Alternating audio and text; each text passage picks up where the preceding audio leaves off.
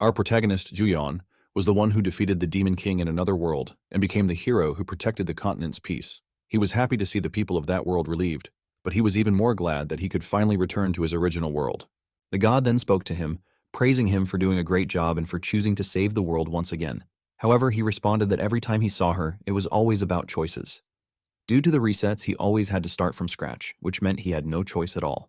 He then asked the god if she was really going to send him back to his original world this time, and she confirmed that she would. He reminded her that she had kidnapped a talented person from another dimension and made him work for 20 years. He then asked her if she wasn't going to give him any compensation, like letting him keep his memories or retain some magic. She told him that while he was there, time in his dimension had stopped, and that his time had remained the same, meaning he hadn't lost anything. He clenched his teeth in frustration, but all he could do was sigh and agree with her. He then told her to just hurry up and send him back. Yet, she assured him that compensation for the time and effort he spent there would surely be given, though, like before, he wouldn't remember it himself. The god then gave him a god's fragment and told him she would give him a piece of her power as a gift. Depending on his choices, the flow of the dimension would change, and the world would shift according to his will. This left him speechless for a moment. He asked her if she could at least give him a hint, but she simply replied, "No." Irritated, he asked her why everything was always a no, and shouted at her to at least let him keep his memories of the continent. She only stared at him with a smile and pointed her huge finger at him. Then, she told him to go. Panicking, he tried to tell her to wait because he wasn't done talking. However, she didn't listen, and proceeded to send him to his original world, telling him to return to the place where his journey began, the world that would determine his fate. She informed him that she would continue to watch over his journey. As he fell through the space between worlds and felt his body slowly dissolving into the air, he tightly closed his eyes. Later, he woke up because of the bright light coming from his window and sat up, yawning in exhaustion. He wondered what was happening as he felt strangely refreshed. He checked his phone and saw a text from his manager asking if he was coming, if he was asleep, and if he knew that the morning shift started at 7 a.m. He panicked upon seeing it and rushed outside, knowing he was super late. A moment later, he arrived at the convenience store. The manager angrily scolded him, saying that if he continued being that late, it would be hard to keep working together. He respectfully bowed his head and repeatedly apologized to his manager. He felt down, wondering why his life was always this broken. Hours later, during his break, he ate bento as usual and sighed, realizing that his job at the convenience store wouldn't last long either. With overdue rent piling up, 1 or 2 part-time jobs wouldn't be enough. He then wished he had awakened. But then he was confused when a panel suddenly appeared in front of him, showing that he had activated the unique trait Skill Master, which shocked him. Awakened individuals are commonly called users, and it's been 5 years since augmented reality, like something out of a fantasy novel, enveloped the world. Along with the fields that began appearing across the earth, the world has long since started revolving around the new resources that come from them. Users are granted the power to conquer and pioneer these fields, which are dominated by monsters. Even menial tasks within these fields can generate income, which is why everyone wants to become a user, even though it means stepping into the unknown, because rewards more tempting than the danger are scattered everywhere. However, not all users make a fortune. While some awaken with high-grade unique traits from the start, others do not. At the pinnacle stands the world's #1 ranker. The first to reach level 70 and possessor of the SS-grade unique trait Dragon Speech was Muhammad Al. One day, Al uploaded a video to his personal channel. Countless people clicked on it out of curiosity, and they couldn't look away for even a second. In the video, Al was facing a swarm of monsters. Calmly, he activated his power through his staff, and viewers witnessed the dream of all mages, magic that anyone who had read even one fantasy novel would admire. Al then released a barrage of powerful meteors, obliterating the monsters without breaking a sweat. The viewers were stunned, unable to believe they were witnessing such a spectacle with their own eyes. They thought it was insane. This was an A-grade field after all. No one could believe that a level 70 user could cast such a devastating spell. The meteors destroyed everything in their path, and even a monster capable of wiping out a city couldn't withstand them. Everyone wondered how a mere monster could ever oppose the wrath of nature itself. At the end of the video, Al stated that the skill they had just seen was the SS-grade meteor rain. He then announced that exactly 1 week from the video's upload, if anyone could showcase magic more splendid and powerful than meteor rain, he would give them a ring artifact as a gift. Everyone knew the ring he was referring to, the elemental ring, the first and only publicly revealed SS-grade artifact, and the ultimate accessory every magic-based user dreamed of possessing, even in their sleep. However, not everyone was impressed by Al. A man asked a woman why she thought so, since just offering such a prize was already a huge deal. The woman replied that Al was basically declaring he wouldn't give the elemental ring away at all. She questioned where in the world there could be anything more powerful than an SS-grade skill. She then showed the man how Al had set a trap by making the condition of winning based on magic, with Al himself as the judge. Irritated, she added that the judging was subjective, meaning Al had no real intention of giving away the ring. She then shouted that she was jealous, and that Al was infuriating.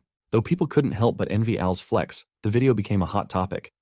Yet in the end, it seemed like a story from another world that no one could ever catch up to. Or so it seemed. A few days later, Juyeon headed into the forest. When he felt far enough from the city, he stopped. With a single motion of his fingers, a meteor rain even more powerful than Al's dropped from the sky, annihilating the ground around him, except for the patch he stood on. Shocked but amazed, Juyeon laughed in awe and shouted excitedly that Al's skill was awesome. He then uploaded the video to social media under the anonymous name user034512, making sure his face wasn't visible. Everyone who watched it was left speechless, their mouths agape. As the comments poured in, one thing was certain. Al had lost, and now the world was left wondering, who was that person? Users upon awakening are typically granted one unique trait. A unique trait enhances the effects of specific skills and is commonly understood to function similarly to a class in games. The well-known unique traits revealed to the world are Dragon Speech, Miracle, Regeneration, and Lethal Strike. A user with Dragon Speech becomes a mage more powerful than a dragon. A user with Miracle becomes a healer, said to be capable of reviving even the dead. A user with Regeneration becomes a tank, who can regrow limbs and continue fighting. A user with Lethal Strike becomes a warrior capable of defeating any enemy. However, Juyeon didn't know what his trait, Skillmaster, was truly about. A moment ago, Juyeon had been busy at his computer, searching for answers. He knew that when evaluating unique traits, the first thing to look at is the grade, because the higher the grade, the better the effects and the more subtraits it has, or so they say. Among users, known grades range from F grade to SS grade. When he opened his status window, it revealed that his trait was an X grade unique trait, an unknown category, but he was sure it must be an incredible cheat ability. However, his stats didn't agree. They were so low that he wondered sadly whether high-grade traits weren't supposed to come with stat boosts. He found it hard to believe. Getting all stats at 1 wasn't easy even for a normal person. Still, he comforted himself by thinking at least he still had the trait. The system then explained to him that Skillmaster could use all skills. One of its passive abilities was Passive Income, which stated that every 24 hours at midnight, it would generate 10 SP up to a maximum of 100 SP. Juyeon asked if that was all, just 2 subtraits, and began to wonder if he was right in thinking that users could learn any skill using a skill book. He also wasn't sure what SP even was. He didn't yet know whether Skillmaster was good or bad. Then the system presented him with his first tutorial quest.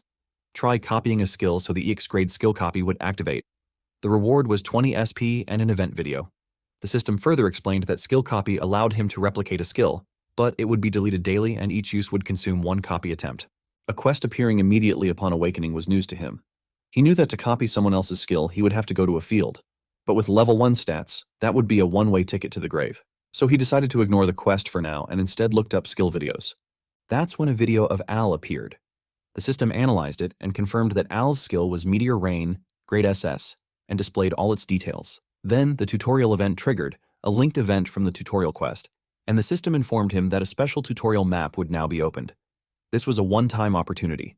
It explained that copied skills could only be used within the tutorial map, and while inside, all of Juyeon's stats would be increased by 999. The system then asked if he would like to copy Meteor Rain. Juyeon was shocked. It could even be copied from a video? That's when he tested Meteor Rain in the field. Back in the present, Al was watching the viral video while calmly humming and sipping wine. Someone then picked up the remote and turned off the television. A woman asked Al if giving away the elemental ring was really that great of an idea. But Al just responded by asking her what the odds were that a skill obtained less than a week ago would fall into someone else's hands. She replied that there were plenty of similar skills in the world. Still, he pressed, what if it was an SS grade skill with the exact same name? She argued that there was no confirmation that it was SS grade, and it could have been staged to look similar, especially since no trace of such a field had been found. But Al firmly stated that he was sure it belonged to at least an SS grade unique trait. He then instructed her to pass along a business card with the ring. Finally, he informed her that they would stay cautious for now, so it was best not to approach directly, only to say the ring was a gift for someone he hoped to become friends with in the distant future. Meanwhile, at the convenience store, Juyeon was excited as he watched the insane view count on his video and remembered that the system had even recorded a video for him. A child nearby was asking him how to spell Tukbing jelly, but he ignored her, too absorbed in his excitement. He was relieved that the system ensured anonymity since his face wasn't shown and thought not uploading it would have been foolish. The kid tried to get his attention again, but he ignored her once more, busy thinking that if he kept growing like this, there wouldn't be a trait more broken than his. Suddenly, he snapped to attention when he heard a deep male voice calling him, irritatedly telling him that his kid was asking if they sold Tukbing jelly. Juyeon immediately acted as if he hadn't understood the child earlier, though he had purposely ignored her, and told the man that he would sell it. When the customers left, he sat down with a sigh, thinking there was no way they'd actually give away an SS grade item. Still, he hoped that by some miracle, they really would. He dreamed of earning enough money to live comfortably forever and becoming as strong as Al, basking in the attention of the entire world. He smiled, realizing that just a short while ago, it was something he couldn't even imagine. Then, he stood up and stretched, feeling like he might actually be able to do something. Just then, he received a comment on his video. It was from Al. Al commented that he would give him the elemental ring with no conditions attached. Other viewers responded with disbelief, asking if Al had gone crazy for offering an SS-grade ring, while others were simply amazed. Juyeon stared at his phone, frozen in disbelief. He then read a comment stating that Al had once claimed he'd give anything to someone who brought him an S-grade staff, and when someone actually did, Al paid 200 billion won in cash. That reassured Juyeon. The ring would truly be his. Soon after, without expecting anything more, Al's secretary, Lee Soo-yeon, met with Juyeon regarding the delivery of the elemental ring. After handing it over, she escorted him home, informing him that Al would like to meet him at least once. Juyeon remained stunned in silence the entire time, up until he was back home, wearing the elemental ring on his finger. He asked himself if the ring was real, and the system confirmed it. It was the elemental ring, grade SS, which significantly boosted many of his stats just by wearing it. The reality of everything finally sank in. Suddenly snapping to action, he sat up, realizing it wasn't the time to lie around. His magic stat had gone up by 40, and he thought he should head into a field immediately. He opened his status window again, but upon seeing his stats, still at 1, he concluded it was probably too much for him. He knew he needed armor, but that required money. He headed to his computer desk and checked his video views. He guessed that the ad revenue might be enough, but he wanted to avoid verifying his identity through the channel. Staring at the screen, he wondered if there was a better way. Then an idea came to him. He remembered that just doing emergency healing near a field could earn hundreds of thousands of won. He knew healing skills were the real deal, and even those who looked down on healers admitted that fieldwork paid well. He then set himself up on the sidewalk with a handwritten sign offering C-grade healing that could treat amputations, fractures, and F-grade or lower status ailments. His pricing? 500,000 won for amputation, 200,000 won for fractures, and 700,000 won for status ailments. He thought it would be a jackpot if even one person came per day. He was sitting outside the D-grade swamp field at Seoul Grand Park, since all the prime spots were already taken. While checking his phone, he made a mental note to bring something next time to help pass the time. Without noticing, someone carrying a severely injured woman rushed toward him. Trying to stay positive, he told himself it was good news and reassured himself that there was no danger outside a field, so nothing serious could happen. But then, the man stopped right in front of him. When Juyeon looked up, he saw a blood-soaked man glaring down at him. Juyeon froze, stunned, and sweating in fear. The man then ordered Juyeon to get his skill ready, which immediately irritated him. He wondered what the man's attitude was about, using informal speech right off the bat. He was reminded of a customer at the convenience store who once barked at him to hand over a red cigarette and wondered if this man thought he was still some part-time convenience store clerk. He was annoyed because even though the healing skill was a copied one, it was a C-grade skill with some impressive effects. He felt he had to say something. Angrily, he told the man that the price was 2,000 up front. But before he could say more, he noticed the man's expression remained completely unchanged. Feeling defeated, Juyeon reluctantly softened his tone and guided the man toward the treatment area. As they walked, he caught the rotting smell of blood in the air, and anxiety kicked in when the man suddenly pulled out the woman's severed arm. The man slapped the arm back against the woman's shoulder and shouted at Juyeon to hurry. Juyeon panicked. He had only seen scenes like this in movies, and this was his first time dealing with something so gruesome in real life. He nervously wondered if the skill would activate properly, but reminded himself he had to pull it off. Then he activated his copied skill, Light of Recovery Grade C. Doing his best, he attempted to reattach the woman's arm. Later, his work complete, he finally lay down, completely drained. But then he recalled that the man had demanded healing 3 times. He couldn't believe it. He knew that if he hadn't had the elemental ring, which restored 20% of his mana, he would have been in serious trouble. He looked at his hand, recalling the severed arm, and wondered what on earth was happening inside the fields. Still, he decided not to think too much about it. He was sure of one thing. He could make a lot of money and could now quit his part-time job. He began thinking about what he should do with his new income. Investments, stocks, or maybe even crypto. He opened his luxury strawberry yogurt, tossed away the lid without bothering to lick the excess yogurt off it because he figured he was rich now, and enjoyed it in his huge bed. He wondered if this was what luxury tasted like. Still, he reminded himself that he needed to earn more SP for growth. Just then, the system displayed a new tutorial quest. Raise the level of a subtrait. It explained that this was one of the key methods for acquiring SP, which was essential for growing the Skill Master trait. The reward for completing the quest was 100 SP and the activation of 2 subtraits. However, the system warned him not to forget. Raising the level of passive income was the top priority for growth. He found it strange that traits could have levels, but thanks to the system, he figured out that traits could be leveled up by spending SP. It would take 100 SP to level up passive income. Since the quest reward was also 100 SP, he considered it basically free, especially because leveling up would unlock a new subtrait. That meant he absolutely had to complete the quest. Opening his SP window, he saw that he had 70 SP left. He calculated that since passive income gave him 10 SP per day, he could complete the quest in just 3 days. As he was thinking through what to focus on next, someone knocked on his door and informed him that his room service order had arrived. Excitedly, he responded that he was coming, convincing himself that this was research on skill combinations, not a hotel vacation.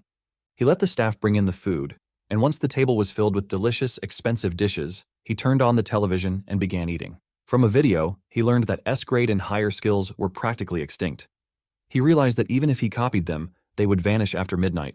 He gave thanks to Al for casually revealing an SS-grade skill, which was extremely rare. Then he changed the channel, wondering if someday he might be able to keep copied skills permanently by leveling up. He decided to organize his skills, dividing them into categories for immediate use and for later, and saved them into playlists. He then placed Meteor Rain, Explosion Shot, Ice Spear, and Ice Wall as his top 4 skills. Just in case, he added Body Hardening, and also included Teleportation Technique because it looked cool.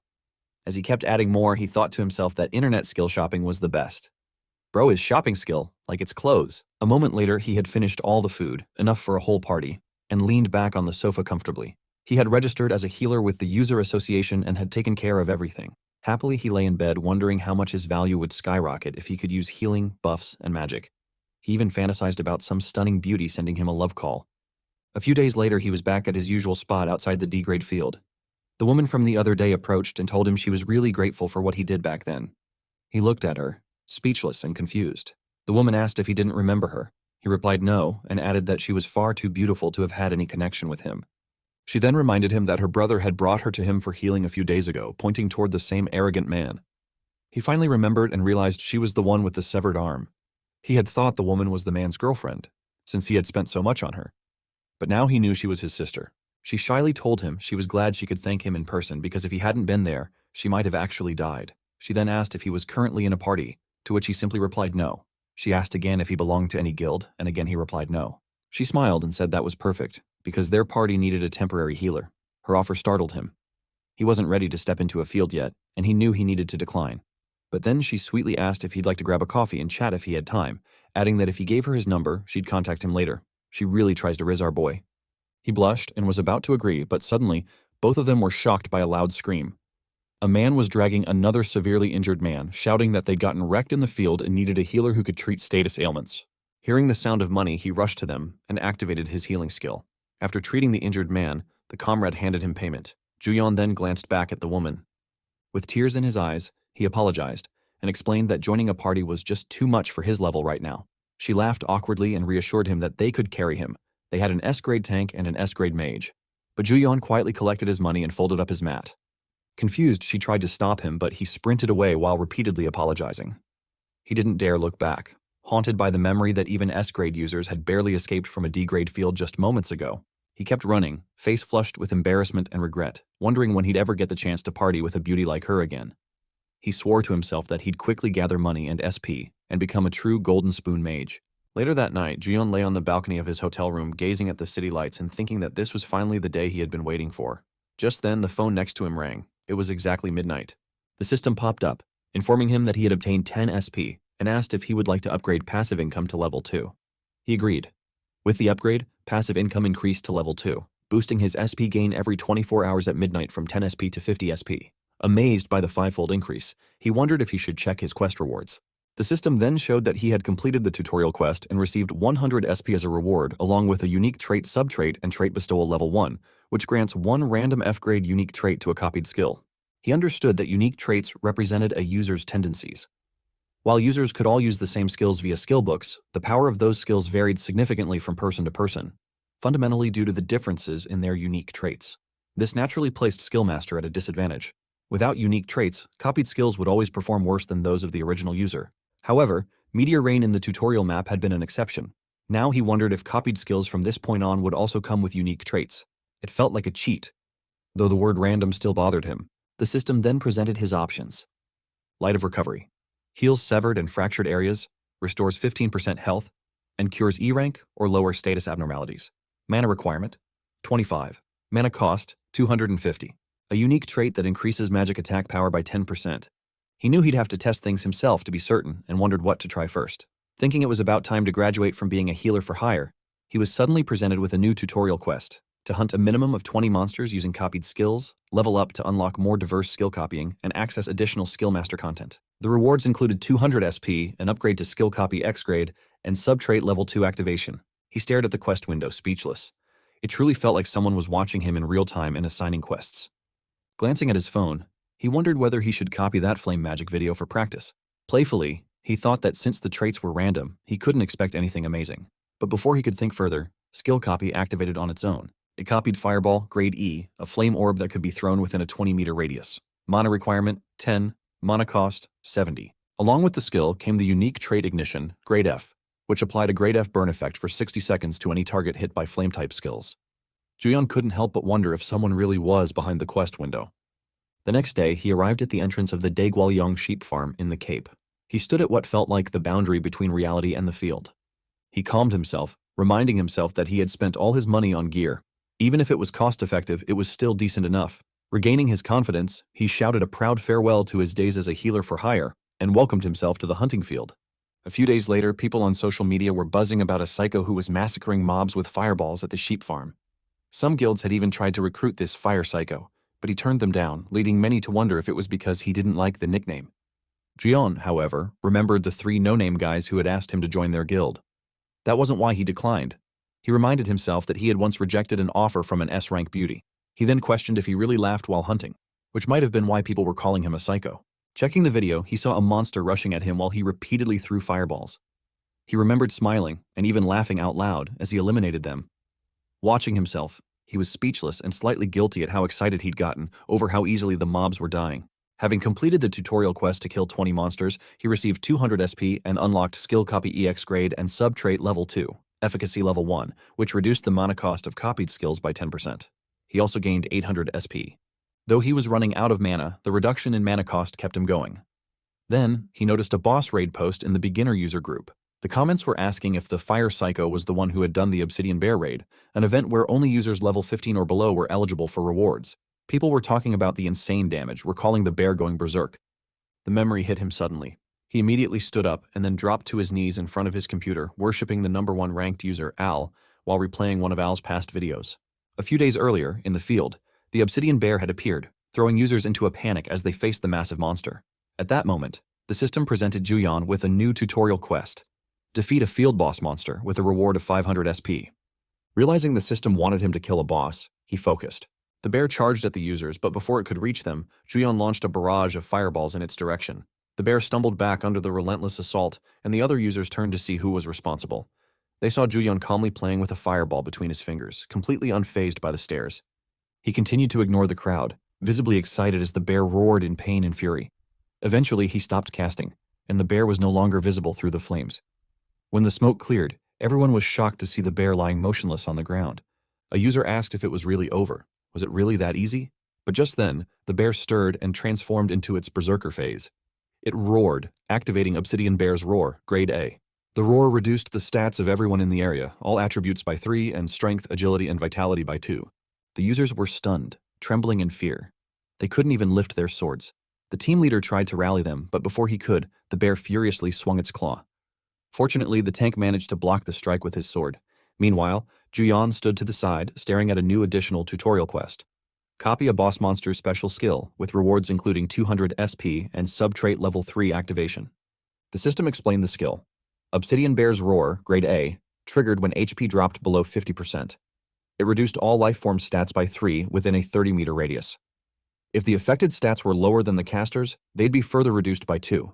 Additionally, for every 10 lifeforms exposed to the roar, the caster's stats increased by 3, no mana cost. Juyeon was astonished by its strength. He activated skill copy and successfully copied the roar. The system also applied Oblivion, grade F, a trait that removed the berserker trigger and instead added another +3 to all stats per 10 lifeforms exposed to the roar. He couldn't believe he could use such a skill without any conditions, and without any mana cost. It was completely broken. But he reminded himself that copied skills vanished at midnight, so if he didn't use it now, he'd be a fool. He immediately activated Obsidian Bear's Roar and unleashed it. However, the users around Juyeon were affected as well, and all of their stats were further reduced by 3. It shocked everyone. Trembling, drained, and unable to move. They mistakenly thought the obsidian bear had roared again, not realizing it was actually Juyon. Meanwhile, his strength, agility, vitality, and magic power continued to rise, fueled by their suffering. He walked calmly toward the bear, while the users behind him remained unable to stand. He raised a finger and summoned a fireball. Without hesitation, he hurled it at the bear. The creature let out a deafening scream as it burned to death, leaving everyone stunned in absolute shock. With that, Juyon defeated the bear, completing both the additional tutorial quest and the main tutorial quest. He leveled up twice and received 700 SP along with the activation of Skill Copy EX, grade subtrait level 3.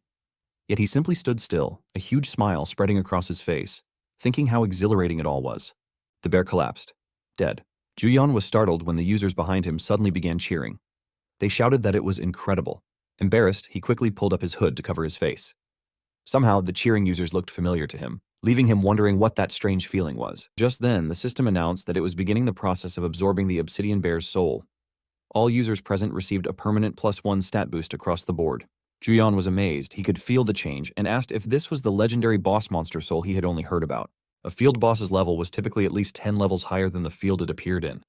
If players tried to overcome that gap by bringing in high-level users beyond the field's level limit, the contribution system would prevent them from gaining anything. The boss's body would vanish, and no items would drop. It was a cruel system designed to ensure fairness, but also high risk. Despite the danger, users still hunted field bosses for one ultimate reason: item drops. Field boss corpses yielded valuable materials and could drop gear worth hundreds or even thousands in currency. Their bodies were, in essence, made of gold, but Juyon wasn't interested in that. He was just thrilled that his strength stat had finally reached 2. The soul absorption bonus allowed all raid participants to permanently boost their stats, and for him, that was worth more than any drop. Suddenly, the other users approached him, praising the raid's success and congratulating him for his role. They admitted he was the MVP of the battle, alongside the raid leader. But then one of them jokingly shouted that it was to be expected from a psychopath, startling Juyon. The raid leader stepped forward, explaining that they had prepared for injuries once the boss went berserk, but Juyon's overwhelming damage output had allowed them to get through safely. Everyone had worked hard, but his contribution stood out. The leader then opened his item status window. It displayed the pitch-black dragon gauntlets, grade F, with E-grade defense. They increased strength by 3, and if health dropped below 30%, they activated berserk grade E, increasing all stats by 2 for 24 hours. The leader commented that the gauntlets were excellent overall, though the activation condition was a bit risky. Juyon agreed. Being under 30% health meant walking a razor's edge. The leader then explained that the boss item and materials would be distributed through the player association and asked if anyone had objections. But before anyone could answer, a voice interrupted. A man stepped forward with 2 enormous bodyguards and offered to buy the boss item for 90% of its appraised value, in cash. The leader asked who they were. One of the users whispered that those men were known as boss item hunters. They showed up like ghosts whenever a field boss dropped loot, always ready to buy everything up. Apparently, they snatched up all the valuable items these days. Still, the leader thought to himself that if they were offering cash up front, it might actually be a sweet deal.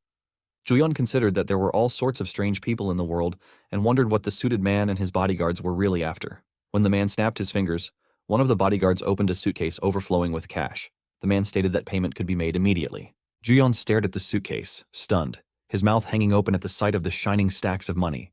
In that instant, his thoughts shifted. Whatever those men were up to didn't matter anymore. Cash up front was unbeatable, and now all he needed to do was hunt like crazy. Only a few days later, though, he found himself back at square one, sitting outside a dungeon, selling healing services, and feeling utterly defeated.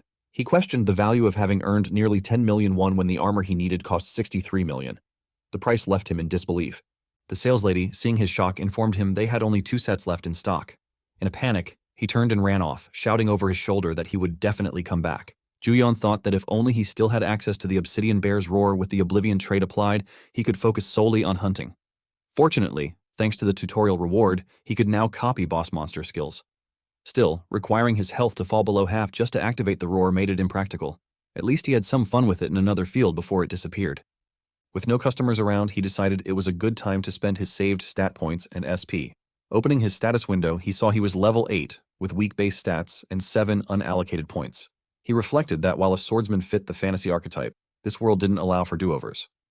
With no other choice, he assigned all 7 points to magic power, increasing it from 41 to 48. Next, he turned his attention to his SP and used 500 to upgrade his skill copy subtrait to level 2. As a result, his daily copy uses would increase from 1 to 2 at midnight. Before he could fully enjoy the improvement, a system panel appeared with a new tutorial quest. The objective was to complete various types of quests: highlighting that daily quests were one of the key ways for skill masters to gain SP. The reward included 300 SP and the activation of unique trait subtrait level 3. The system explained that daily quest level 1 granted 1 F rank or higher quest every midnight. His current task was to use skill copy twice, which would yield 80 SP. He wondered what would happen if he copied the same skill twice. Choosing Healing Light, he activated his copy and immediately gained the conservation unique trait, grade F, which reduced mana usage by 5%. Curious if the unique trait would change on a second copy, or if he would simply receive another version of the same skill, he decided to test it. When the system told him the skill was already copied, it also asked if he wanted to create it as a new skill. Without hesitation, he agreed, and was stunned to receive an exceptionally rare trait. Excited, he wrote on his board an offer for a 5% experience buff lasting 5 hours, priced at 1,000,001. Though it caught users' attention, no one approached at first. Taking a deep breath, he loudly promoted the offer, claiming that such an opportunity was limited and wouldn't come again soon. The users began to move closer, intrigued. Some questioned whether experience buffs even existed, as they had never heard of them before. One skeptical user speculated that he might just take the money and disappear. Juyeon held his calm, smiling outwardly despite his inner impatience. He mentally urged them to rush him like a pack of wild dogs and help him make 60 million won. Just then, someone stepped closer and stopped in front of him. Juyeon looked up, confused. A woman pulled down his hood, greeting him warmly. She reminded him it had been a while and asked if he was still uninterested in hunting with them. Juyeon instinctively covered his face as the aura of the beautiful woman hit him, but he managed to compose himself enough to explain that, as she could see, he was currently open for business. She smiled brightly and, with a knowing tone, guessed that he hadn't yet gotten his first customer. She then casually stated that she and her brother would take the offer. Juyeon gasped in disbelief but quickly collected himself, respectfully welcoming them and guiding them to the right position. The man, slightly unsettled, felt a sense of déjà vu and wondered aloud if it was just his imagination. Juyeon began casting Healing Light on both of them. As promised, it increased their combat experience by 5% for 5 hours. After the effect was applied, the woman paid him and handed him her user card, which identified her as an S-rank illusionist known as Flames of the Apocalypse. Her name, Kim Hyeji, and contact number were also listed. She encouraged him to call her later, explaining that their team was in real need of a skilled healer. As she walked away with her brother, she told nearby users that Juyeon's buff was real, and personally guaranteed the 5-hour duration and 5% experience increase. Her confident endorsement immediately drew attention, and users began rushing toward Juyeon, eager to receive the buff. He felt deeply grateful for Hyeji's support, and we can see it clearly on his face. With renewed energy, he urged the crowd to form a line, promising he would cast the buff on each of them as soon as his mana recovered. Meanwhile, Hyeji and her brother walked toward the field. Her brother remarked that although she once called him a complete pushover for helping people, she was now doing the same, approaching a newbie player with no visible gear. She reminded him of what she had already said before. With her handling burst damage and him being reliable as a tank, their offense and defense were already solid. The only missing piece was a healer. She added that Juyeon's rare experience buff hinted at the possibility of a highly useful unique trait. Her brother pointed out that Juyeon was still just a beginner, but she argued that this made it even more meaningful. They needed to act before anyone else realized his potential. As they entered the field, monster lizards charged at them. Before her brother could step forward to tank, Hyeji unleashed her firestorm, instantly incinerating the monsters in front of them. Her brother sighed in relief, and she responded with a wink, noting that no one could predict whether a player like Juyeon might someday become an incredible ranker. The next day, outside the user shop, Juyeon hummed happily. He was now wearing his dream set, Recta's leather armor, grade S, which increased all his stats by 2 and was considered top-tier gear. Shouting with joy, he celebrated the reward of all his hard work.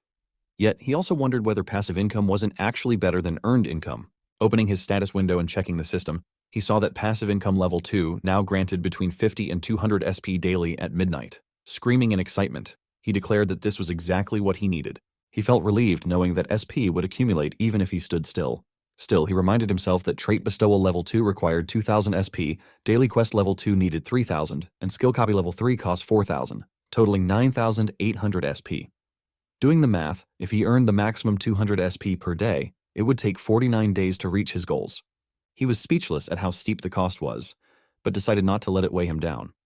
As nearby people stared at him talking to himself, he glared back and refocused. He needed to raise his stats smoothly and told himself that a field boss run was the next step. Pulling up his hood, aware that his identity as a healer was becoming known, he wondered whether it was time to resume playing the role of a hidden master. Soon after, he arrived at a new field, only to find the ground thick with mud. Cursing loudly, he lamented how the dirty terrain was ruining his expensive new armor. He questioned why this particular field had to be situated inside a mudflat. Eventually, he reached the entrance to the F-rank field known as Garorim Bay. Judging from the conditions, he concluded that melee DPS and tanks would be nearly useless here. He suspected this location was popular among newly awakened users, remembering how the sheep ranch had been much cleaner and more pleasant. He thought that if field-level restrictions didn't exist, he wouldn't have to struggle this hard just to collect boss souls. Juyeon recalled a community post that lectured newbies on the most important rule when participating in a field boss raid, a rule that applied to all raids. It warned that field bosses were especially dangerous and carried a high risk of death. Therefore, the #1 rule was to never apply to a random recruitment post expecting an easy ride. Despite the clear warning, he had ignored it, reasoning that things had gone fine during the Pitch Black Bear raid, so this one should be manageable too. However, just moments later, he regretted it. Watching users flirt with each other on the side, he bit his lip in jealousy. He wondered whether he had come to join a raid party or to watch a group date. A man then approached him, seemingly mistaking him for a woman, but quickly realized otherwise. Juyeon grew frustrated at the man's disappointed reaction. He had simply reversed his name for his nickname without much thought, but now people assumed he was a girl. Looking to the side, he noticed that he must have unintentionally taken one of the female spots in what appeared to be a 5 versus 5 matchmaking raid. Seeing another man silently sulking nearby, Juyeon felt like shouting at the group that they should have checked more carefully before recruiting. The raid leader then announced that the briefing would begin, since everyone had arrived. Juyeon sarcastically noted to himself that it wasn't going to end as just a group date after all. The leader went on to say that although some might already be familiar with the strategy, he would explain it again just in case. He explained that the Garorim Bay boss, the mudflat crab, increased its speed every time it was hit with a debuff. Therefore, no one should apply any debuffs, not even self-inflicted ones like bleeding. The goal was to kill it without causing wounds as much as possible. He added that debuffs raised the crab's stats, and if too many stacked, the boss would trigger a special skill. The leader, sounding overly confident, claimed that he had defeated the mudflat crab 8 times already, and that there was nothing to worry about. The woman next to him, seemingly impressed, flirtatiously expressed her trust in him. Juyeon began to wonder if the supposed special skill was actually the stat gain from debuffs itself. He suspected that in this crab's case, debuff might as well be synonymous with buff. Smiling to himself, he guessed the encounter might be more rewarding than it seemed. Moments later, the leader moved swiftly to kill a monster. However, turns out the monsters were only clam-sized, which left Juyeon stunned. He watched in disbelief as the others enthusiastically crushed them, acting as if they were facing lethal threats. He couldn't believe they were posturing so proudly while hunting monsters that looked like ingredients for clam noodle soup. The leader then proudly declared that, as a seasoned veteran, he would protect everyone. The users cheered for him, but before long, a long, segmented monster burst from the ground. Without hesitation, the same confident leader who had positioned himself at the front sprinted backward. Juyeon felt the urge to ask where he was going, especially after just declaring he would shield them. The leader then shouted that the mudflat crab would only appear once a certain number of monster corpses had piled up, so they needed to kill all the trash mobs too. The users coordinated quickly, aiming their arrows and unleashing them in unison, successfully killing the monsters before they could get close. Juyeon was impressed. The users really were executing their skills like professionals, though he reminded himself that being flashy in an F-rank field wasn't anything to brag about. Still, he wondered when the main event would finally arrive. Suddenly, the ground split open as a massive, sharp mouth lunged out of the earth, devouring the long monster corpses from earlier. The entire field began to tremble violently. The leader announced that the boss was coming and that the raid would begin immediately. He urged everyone to focus and gather information. The mudflat crab finally emerged. The leader explained that the crab only moved left and right, so they should always keep it directly in front of them and only move forwards and backwards. Juyeon stared at the towering crab in awe. The system then presented its data. Change resistance, grade A. The crab could resist all stat-altering effects from buffs and debuffs. Each buff or debuff stacked would increase its stats by 1. If 5 or more buffs or debuffs were active, all of its stats would gain an additional 5 points. Juyeon grinned wide as he read the system's analysis. From his perspective, he had hit yet another jackpot. The crab crawled sideways, causing the users to retreat in a rush. But then, without warning, it changed direction at high speed and began to pursue them. While his party was busy engaging the boss, Juyeon was deep in thought. He recalled the skill description and deduced that, since no conditions or duration were listed, the crab's stat-boosting ability must be a passive skill. The more buffs or debuffs applied, the stronger it became, and that possibility excited him. However, his excitement quickly deflated when the party leader issued an order for everyone to use only physical attacks. Juyeon stared at him, questioning why the main tank was making strategic calls. He then remembered the earlier explanation about how debuffs increased the crab's stats. It dawned on him that even continuous physical attacks could cause bleeding, which was itself a debuff. As the users loosed another synchronized volley of arrows, he realized the strategy. The tanks would draw aggro while ranged attackers slowly chipped away at the crab. That was likely why the leader had recruited so many ranged DPS members. But Juyeon knew it was too slow. He wondered how they were supposed to defeat a monster of that scale without inflicting any wounds. The party leader then stepped forward with dramatic flair, proudly declaring that it was his time to act. Juyeon simply wondered if the man should have stepped up sooner. The leader turned to Hyoju, asking her to cast a buff, which she happily did, pouring her heart into the spell. Watching the two, Juyeon couldn't help but think their role-playing was cringeworthy, but decided to let them carry on. He had already figured out the real solution. The crab needed to be taken down with one decisive burst of power. Then he sensed a powerful magical energy near him. Opening his eyes, he saw a complex magic circle forming beneath the leader's feet. It shocked and confused him. The system displayed information about the skill. Radiant Power, Grade SS. It applied 4 buffs with an additional 1 per 50 mana at the cost of 1000 mana. If the user possessed an S rank or higher buff type unique trait, the duration was doubled.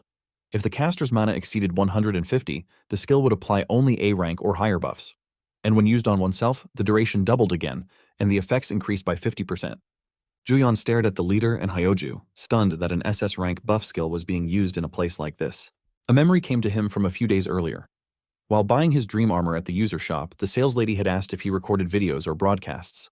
Flustered, he had shaken his head quickly, nervous that she might recognize him. But she had simply mentioned that field footage uploads were becoming popular, especially among users roaming the field. She explained that they had just the item for someone like him, a recorder with cutting-edge OIS anti-shake functionality that allowed for clear, vivid battle scenes. She had added, a bit too cheerfully, that if he ever found himself in a massive, overwhelming field battle, he could record his final moments in HD, something for future relatives and acquaintances to remember him by. He had been left speechless and even asked her to repeat what she just said. Now, adjusting the glasses recorder he'd bought that day, he couldn't believe that what he'd brought just to capture boss skills was actually turning out to be useful. He understood now that combining the crab's change resistance, which increased stats with each applied buff or debuff with Radiant Power, a multi-buff skill, could be devastating in the right hands. He glanced over at Hyoju, who stood looking cheerful, and wondered how a powerful buffer like her had ended up in such a low-rank field. The leader then dramatically unsheathed his sword and announced that he would draw the crab's aggro. Juyeon watched silently. When the leader finally called out for everyone to focus their attacks, Juyeon stepped forward and launched a powerful fireball at the crab, hitting it squarely. Though apologetic for interrupting the leader mid-pose, he knew he couldn't let the moment slip. Once he confirmed that the fireball had hit, he clenched his fist and activated his trump card. Explosion. The skill detonated embers within a 20-meter radius, causing the crab to burn severely from the inside out. A savory aroma began to fill the air, catching the attention of the users. Some asked aloud what it was, remarking that the smell made them crave rice mixed into a crab shell, topped with leg meat, ready for a big bite. They didn't seem to realize they were describing the field boss itself, now perfectly cooked and transformed into a golden-orange delicacy. The raid leader stood frozen in fear, sweating and speechless. Still unable to relinquish his ego, he shouted for everyone to fall back, warning them that the crab might activate a desperation phase. Rushing to the crab's body, he began slashing it repeatedly until item drops spilled from its remains. The system then displayed a notification to all users. The soul of the field boss, Mudflat Crab, Grade D, had been absorbed. As a result, their mana increased by 1. The leader turned to the others with a smug expression, while Hyoju clapped and praised him for his amazing performance. The other users, however, looked on in stunned silence, clearly embarrassed on his behalf. Juyeon, watching all this unfold, found the scene painfully pathetic. Suddenly, the system interface appeared before him, notifying him that change resistance, Grade A, had been registered to his boss skill list. He was elated. He had secured exactly what he wanted. Now all that remained was to test the synergy between Radiant Power and change resistance. Eager to leave, he told the party that they should wrap up and head home. But when he turned to them, he was met with puzzled stares. They asked if their assumptions were correct, that his unique trait must be at least A or S rank, and praised him for his incredible hard carry. They also thanked him for making it so easy to claim the soul reward, and to his surprise, one of the women asked if she could get his number. He responded awkwardly, clearly flustered. Before things went further, the leader yelled at the group, telling them they were getting too excited and reminding them to return for the item distribution. He glanced at Hyoju, hoping she would at least remain loyal to his side, but to his dismay, she suggested that since Juyeon was the one who had carried the raid, he should receive the biggest share of the loot. The leader stared at her in disbelief. Even she had been impressed by Juyeon. The other users quickly agreed with Hyoju, saying they were fine with giving everything to Juyeon. Since none of them had contributed much, they felt he had earned it. They reasoned that if Juyeon received the reward, they could consider their own share settled. Unbeknownst to any of them, a man in a black suit stood watching from a short distance away. Silently observing the raid group and the defeated leader beside Hyoju, the mysterious man reported the entire incident to his superior. He also confirmed that no boss items had dropped in the Gororim Bay field boss raid and decided to relocate to the next raid site. Meanwhile, Hyoju is blankly looking at the sky with an unreadable expression. Days later, Juyeon found himself in the field again, roasting a boar into steak using his fireball. After completing his daily quest, he received 300 SP and collapsed onto the grass, exhausted. He questioned how long it would take to get Sample to level 3, recalling that the combination of Change Resistance Grade A and Radiant Power Grade SS produced incredible buffs. The problem was, with Sample only at level 2, he lacked enough skill copies to make use of those boosts. His stats kept increasing, but he still had very few skills he could actually use. Staring at the steep cost, 4,000 SP, he concluded that leveling Sample to 3 was the only viable solution. Frustrated, he waved his arms and legs like a child, shouting that he needed SP. He grumbled that earning SP from daily quests was painfully slow. It just trickled in. He then went quiet, deep in thought, and jokingly wondered if some administrator might give him a decent quest. But no answer came, and he scoffed at himself for even entertaining the idea. Surely something like that would never happen. Then, to his shock, a swarm of panels appeared in front of him. He sat up stunned and wondered if this was the answer to his request. The system displayed a new tutorial quest, a main quest with a reward of 4,000 SP. He tried to read more, but before he could finish processing it, a deafening noise echoed through the air. Something massive began to materialize above him, visible to others in the city as well. Everyone looked up in stunned silence as a colossal pillar formed in the sky.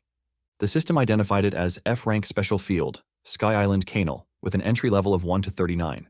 The system confirmed that it was tied to his main quest, which required him to clear the special field. The rewards were significant: 10,000 SP, 1 sub-trait upgrade selection ticket, and a random skill master reward box. It also issued a warning: Sky Island Canal was strictly monster territory. As more special fields emerged, the conversion of Earth into a field world would accelerate. The system stressed the urgency of the mission. Clearing the special field was vital for the survival of Earth and humanity. Just a day later, a news reporter informed the public that a massive F-class special field named Sky Island Canal had appeared over Seoul and Gyeonggi province. The reporter added that the visible pillars of light were presumed to be portals leading to the island, and that the user association was currently operating under emergency protocols. Due to the island's sudden emergence, flights at both Incheon and Gimpo airports had been indefinitely suspended. Citizens residing within the field's influence zone were also beginning to report issues with insufficient sunlight. The broadcast then featured an interview with a man named Kim First, a C-class user, who stated that the field's entry level was set between levels 1 and 39. He voiced the opinion that the user association should expedite the portal access authorization process. 3 days later, the reporter returned with breaking news. Special fields had begun to appear simultaneously in various locations around the world. In one shocking development, a landmass half the size of South Korea had attached itself next to Tokyo overnight. Juyeon watched the news unfold on social media. Nearby, he overheard one man telling his friend that Japan's special field wasn't a sky island, so at least they didn't have to worry about losing sunlight. Others were murmuring about a B-class special field and level 70 monsters crossing over into Tokyo. He saw videos spreading panic, with some declaring it the beginning of the end of humanity. An unprecedented evacuation order had just been issued for Tokyo. Putting his phone back into his pocket, Juyeon waited for the traffic light to change. When it turned green, he crossed carefully. On the other side of the street, he passed a man shouting that the situation in other countries proved that special fields were entirely disadvantageous. The man added that their own user association was receiving active support from the government to conduct raids quickly. After enough information was gathered, they intended to devise strategies to clear Sky Island Kinal, possibly by offering a bounty. Juyeon simply walked past, stopping in front of the user shop with a sigh, thinking that the world had turned into a complete mess. He waited there, staring at the quest panels, wondering if he could somehow receive an SP advance. He checked his upcoming quests and their respective rewards, calculating precisely how much SP he would have. He confirmed that it would be just enough to raise all of his detailed traits by 1 level. Swearing to himself, he promised that he absolutely had to clear the special field. Soon after, the sales lady arrived and thanked him for waiting. She handed over the item he had ordered. Upon opening it, he was amazed. The purchase, worth 70 million won, included a cursed mana ring, grade E, which increased his mana by 100 but decreased his strength by 1, and a cursed mana bracelet, grade E, which also increased his mana by 100 while decreasing his agility by 1. When worn together as a set, they added 200 mana in total, but decreased his stamina by 2. The saleslady asked if she was correct in assuming he had been looking for those specific items. He confirmed it, accepting them with satisfaction. With the set bonus, his total mana would now reach 1,510. Even though some of his stats would decrease temporarily, he considered a full focus on magic to be the safer path for now. Curious, he asked how much it would cost to buy armor as well. The saleslady explained that a D to C class armor set would cost approximately 400 million won. She politely asked if he would like to purchase it too. Juyeon nodded at first, but then awkwardly replied that he would just take the accessories for now. Embarrassed, he quickly walked away while covering his face, internally groaning at how expensive it was to wear a whole house just to go fight. Still, the saleslady respectfully escorted him out and thanked him sincerely for his patronage. The next day, Juyeon arrived at the entrance to the special field. Instead of upgrading gear, he had spent his remaining money on a body cam, deciding that glasses were too cumbersome. Still, he couldn't shake the feeling that he'd been ripped off and wondered if he should have just bought it from the beginning. Before entering the special field, he pulled out his phone to check community reviews. Scrolling through the forums, he read several alarming comments. One mentioned that the attack power of the monsters inside was insane compared to the designated field level. A high-level user he knew had been completely wiped out and forced to retreat. One user, named Out of the Bed is Dangerous, a C-class user, warned melee users to stay away. The comment explained that the field was called Sky Island for a reason. Half the monsters were airborne. Even ranged attackers were struggling, as tanks couldn't properly aggro the flying enemies. Another comment noted that perhaps because the island floated so high in the sky, the oxygen density was lower, leaving users winded from just a little running. Reading all this, Juyeon considered that based on reactions, this didn't feel like an F-class field at all, more like a D-class. Still, he dismissed the comments, reasoning that people who failed and ran away often exaggerated. He told himself not to be swayed by their negativity. He shouldn't have read the comments in the first place. Upon entering the portal, he was startled to find himself suddenly falling, something he figured he probably deserved for ignoring the warnings. Fortunately, he landed safely on soft grass, surrounded by cute slimes. The environment amazed him. The sky was clear, the setting vibrant, and the slimes didn't attack immediately. It felt peaceful, and for a moment he considered sitting down to enjoy a packed lunch. Just as he started thinking the place wasn't so bad, a scream shattered the calm. He looked up and saw a shadow blocking the sun. High above, an enormous eagle was carrying a man in its talons. The man was crying and begging for help, but the eagle soon let go. Juyeon watched in horror as the man fell to his death. More eagles circled overhead. Juyeon instinctively prepared himself, casting a fireball immediately. Knowing he only had fireballs to rely on, he glared at the sky and mentally swore that if they came for him, he'd roast every last one of them. But then the eagles flew past him. Confused, he turned to see where they were going and spotted Hyeji and her brother under attack. The eagles launched themselves toward them, stabbing at the brother's shield with sharp claws. However, the shield held strong, bouncing the birds back, though the eagles refused to retreat. Hyeji raised her staff, summoned her flame, and unleashed Firestorm, engulfing the enemies in intense magical fire. Juyeon was stunned by her power.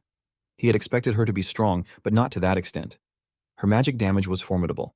After the fight, Hyeji stretched her arms, casually commenting to her brother that it hadn't been as difficult as she thought. Her brother agreed, but reminded her not to let her guard down and risk getting hurt like last time.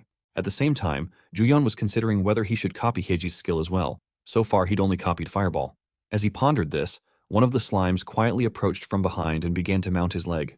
Hyeji, meanwhile, brought up the incident again, telling her brother that if they'd had a healer back then, she wouldn't have gotten injured so badly. The more she thought about it, the more she regretted not recruiting Juyeon when they had the chance. She admitted that hunting would be much easier if he were with them now. Just then, her attention was caught by Juyeon's panicked voice. He was stuttering and pleading with the slime to get off his leg. He abruptly stopped when he noticed Hyeji and her brother watching him struggle as he shook the slime off. Hyeji remarked that it was a pleasant surprise to see him there and noted that he seemed a little busy. Juyeon gave an awkward laugh and silently cursed himself in embarrassment. The slime cried out as the man pried it off Juyeon's leg. Juyeon too had tears in his eyes. Not for the slime, but for his expensive shoes and the money he had sacrificed for them. He thanked the man for his help while quietly mourning the damage. The man tossed the slime aside, and then recognized Juyeon as the healer he had previously met in the park. Glancing back at Hyeji, he assumed she wouldn't go out of her way to add Juyeon to their party. But then he saw her smiling brightly. So brightly that he was certain she absolutely would. Hyeji approached Juyeon and casually remarked that they kept running into each other. Without hesitation, she latched onto his arm and cheerfully said it felt like fate was nudging them to team up. Juyeon, however, remained silent. He had come to hunt solo that day. Attempting to maintain some distance, he asked her if she could let go of his arm. Surprised by the request, Hyeji didn't let go. Instead, she began swinging his arm playfully up and down, assuring him that she would carry him through the hunt today. Juyeon sighed, realizing he had no choice. He decided that if this was happening, he should at least copy Light of Healing as his final skill. He agreed to party up, but explained that he needed to step away briefly, offering the excuse that he needed to find a restroom. His words confused the siblings, who asked where he expected to find a restroom in the middle of nowhere. Juyeon realized the awkwardness of the situation. Since he needed to watch a UserTube video to copy the skill, he couldn't exactly explain the truth. Instead, he doubled down, saying it was a very urgent bathroom situation. As he walked off, he silently admitted that he was already starting off by completely ruining his image. Before long, a group of eagles swooped in, clutching a massive rock. They flew directly toward the group, dropping the rock overhead. Fortunately, Hyeji's brother, being a strong tank, was able to block the impact with his shield. Juyeon noted that the eagles seemed to be using strategy now, likely because they knew they would be roasted if they got too close. He mused that they were smarter than he'd expected. But before he could reflect further, a pack of double-horned rhinos charged at them. As the double-horned rhino approached, Hyeji leapt in front of him. She gave him a quick wink before springing into action. She summoned a firewall to block the monster's approach, followed by Fire Rain to incinerate the eagles above, and Fire Spear to impale the double-horned rhino on the ground. All three spells were cast simultaneously, eradicating every enemy in their vicinity with ease. Once the battle was over, she cheerfully informed the others that the area was clear. Her brother, however, reminded her that he had told her not to charge in recklessly. She brushed off the warning, simply replying that since they had dealt with the enemies, everything was fine. Juyeon stood in silence, realizing that there was no room left for him to shine here. He complimented her performance, asking if S-Class users usually had that many skills. He then wondered aloud how many skills an EX-Class user would have if even S-Class could do so much. Hyeji confirmed that most S-Class users indeed possessed a wide arsenal of skills, explaining that the majority were learned by purchasing skill books. That insight hit him. This was all about money. They continued deeper into the field and eventually reached the ocean. There they encountered a two-mouthed crocodile monster. The siblings coordinated smoothly to block its attacks while Juyeon remained behind, quietly raising his hand. He cast a fireball at the creature, and to the siblings' astonishment, it wasn't the usual basketball-sized sphere. His fireball was the size of an entire court, engulfing the crocodile in flames and instantly searing it. Juyeon stood in shock, watching his fireball explode with far greater intensity than expected. He hadn't anticipated such a massive display of power. Hyeji, equally surprised, asked if his magic power was actually higher than hers, and questioned whether he was truly a healer. He responded nonchalantly, saying it was normal, though internally he realized that one of his random unique traits must have activated, significantly amplifying the spell's size. Unfortunately, he also noticed that the increased mana consumption outweighed the damage boost, making the cure worse than the disease. Still, he justified himself by thinking that even though healers were treated like nobles in most raid parties, having strong defensive skills was essential for leveling efficiently. Bro really can't make up a lie. Hyeji pressed further, demanding to know how much mana he had. He simply replied that it was a decent amount, careful not to reveal the truth, which was that he still had 1,408 mana remaining. He reminded himself that while there was no downside to having high mana, he was supposed to be the party's healer, not a mage, and would need to be cautious moving forward. Then he noticed Hyeji's brother was clearly not buying the lie. Juyeon also became aware of the other users nearby and realized that he needed to be much more discreet with his skill usage. A short while later, other users were idly killing the harmless-looking slimes in the area. One of them groaned, asking how much longer they had to keep doing such monotonous tasks. Another advised him not to let his guard down and to keep watch for airborne monsters. The first man responded sarcastically, claiming he was keeping an eye out, though clearly unimpressed. He grumbled that coming all the way to Sky Island just to chip away at weaklings was an insult to his pride. A nearby woman jokingly suggested he go fight one of the big ones and die like the others had. Suddenly, the system issued a field-wide notification. The number of deceased lifeforms on Sky Island had met the conditions for summoning the boss. The men, seemingly unfazed, assumed it would be an easy fight and planned to finish quickly so they could leave. Moments later, another message appeared. The Lord of Sky Island awakens. A figure materialized in the sky, and the users squinted upward, trying to identify it. At first it seemed like there were multiple figures, but they quickly realized it was only one. An angelic-looking man with massive wings. Golden chains began to unravel around him as the boss activated a skill. Sword of the Heavens, Grade SS. The system explained the skill's terrifying effects. One sword would be summoned for every lifeform that had died on Sky Island. Each sword increased the total damage by 1%. If the caster possessed the unique trait Sky Island, the number of summoned swords would double. Additionally, if the Sky Island trait was active, all swords would gain the condemnation effect, Grade E. Despite its power, the skill required only 60 mana and did not drain additional resources. Juyeon froze, stunned by the overwhelming nature of the skill. Quickly regaining focus, he shouted to warn the others that the attack was area-wide. The sky darkened as the swords rained down. Hyeji's brother managed to raise his shield just in time, bracing himself to protect them from certain death. The others, however, were not as fortunate. Each one was pierced by swords in different parts of their bodies, unable to dodge or defend in time. After the onslaught, Hyeji's brother could no longer stand. Hyeji knelt beside him, clearly alarmed. He explained that blocking the swords had inflicted a debilitating debuff. His health, attack, defense, and all stats had been significantly reduced. Juyeon stepped in and used Light of Healing on him, restoring some of his strength. He informed them that the debuff appeared to last about 10 minutes. Peeking back toward the airborne boss, he confirmed the identity. It was Canal, level 57, and its unique trait was Sky Island Grade A. It also had Sword of the Heavens, Grade S, Medium Speed Enhancement, Grade A, and Descent, Grade A. The boss's stats were exceptionally high. Juyeon was amazed by what he saw, but then turned to the group and asked if they should consider retreating. At that moment, the system displayed a new subquest. Grade B. Eliminate Kainel, the invader of Earth, and destroy the special field. The reward for defeating this special field boss included 5,000 SP and one of Kainel's skills. The next day, Juyeon was deeply immersed in researching Kanal on social media. Almost all the user reports described failure. Kanal would release blades in every direction and then vanish, leaving many to comment that the field should be called Sky Graveyard, not Sky Island. He came across a new video posted to a free board and decided to watch it. The footage showed Kanal reappearing in the sky, raising his hand as one of his white wings slowly darkened to black. Once the transformation was complete, Kanal summoned a downpour. At first, the users panicked, fearing another sword barrage, but when the water hit them, they relaxed, only to realize too late that their weapons had become heavy and their stats were falling rapidly. The rain wasn't ordinary, it was a hidden debuff. Soon after, the slimes nearby began trembling. Dark energy began to leak from their bodies. The users sensed something was wrong. Then, without warning, the slimes' bodies cracked open and monstrous insects erupted from within, charging at the users and tearing them apart. Juyeon stared at the video in horror, unable to believe that Kanal not only possessed overwhelming attack skills, but also the ability to strengthen nearby monsters. He was relieved that his group had retreated when they did. If this were just a game, spare lives might have softened the impact, but this was reality. Beyond SP, he now understood he also needed to raise his physical stats. His thoughts were interrupted by the sudden ringing of his phone. The loud sound startled him, and when he checked the screen, he saw Hyeji's name, though he couldn't recall when he'd saved her number. He answered, and Hyeji introduced herself, just to confirm it was him. She asked if he had returned to Sky Island since their last party play. He told her no, and explained that while he had planned to go back, he was still struggling to grasp the boss's patterns. He added that there were now reports of Sky Island monsters descending into Seoul, similar to what had happened in Japan. Hyeji responded that the time to act had come. She informed him that a large-scale Kainal raid team had been formed and asked if he would like to join them. The announcement stunned him. A few days later, users had gathered in the D-Class swamp field at Seoul Grand Park. Among them were notable A-Class and B-Class users. Footage of the event was already circulating on UserTube. Off to the side, two F-rank users whispered among themselves. One of them asked why such high-ranking players were in a D-Class field. His friend replied that the gathering was for a preliminary meeting of the Kainal raid team. The D-Class field was just a warm-up. The first man expressed jealousy, wondering what kind of user could qualify to participate in such an elite group. Juyeon stood nearby, trembling with a mix of anxiety and embarrassment. He questioned whether he even belonged there. He awkwardly looked down at his clothes, thinking it was at least a smart move to wear something different than what he had worn as a mage. Suddenly, a cheerful voice called out his name.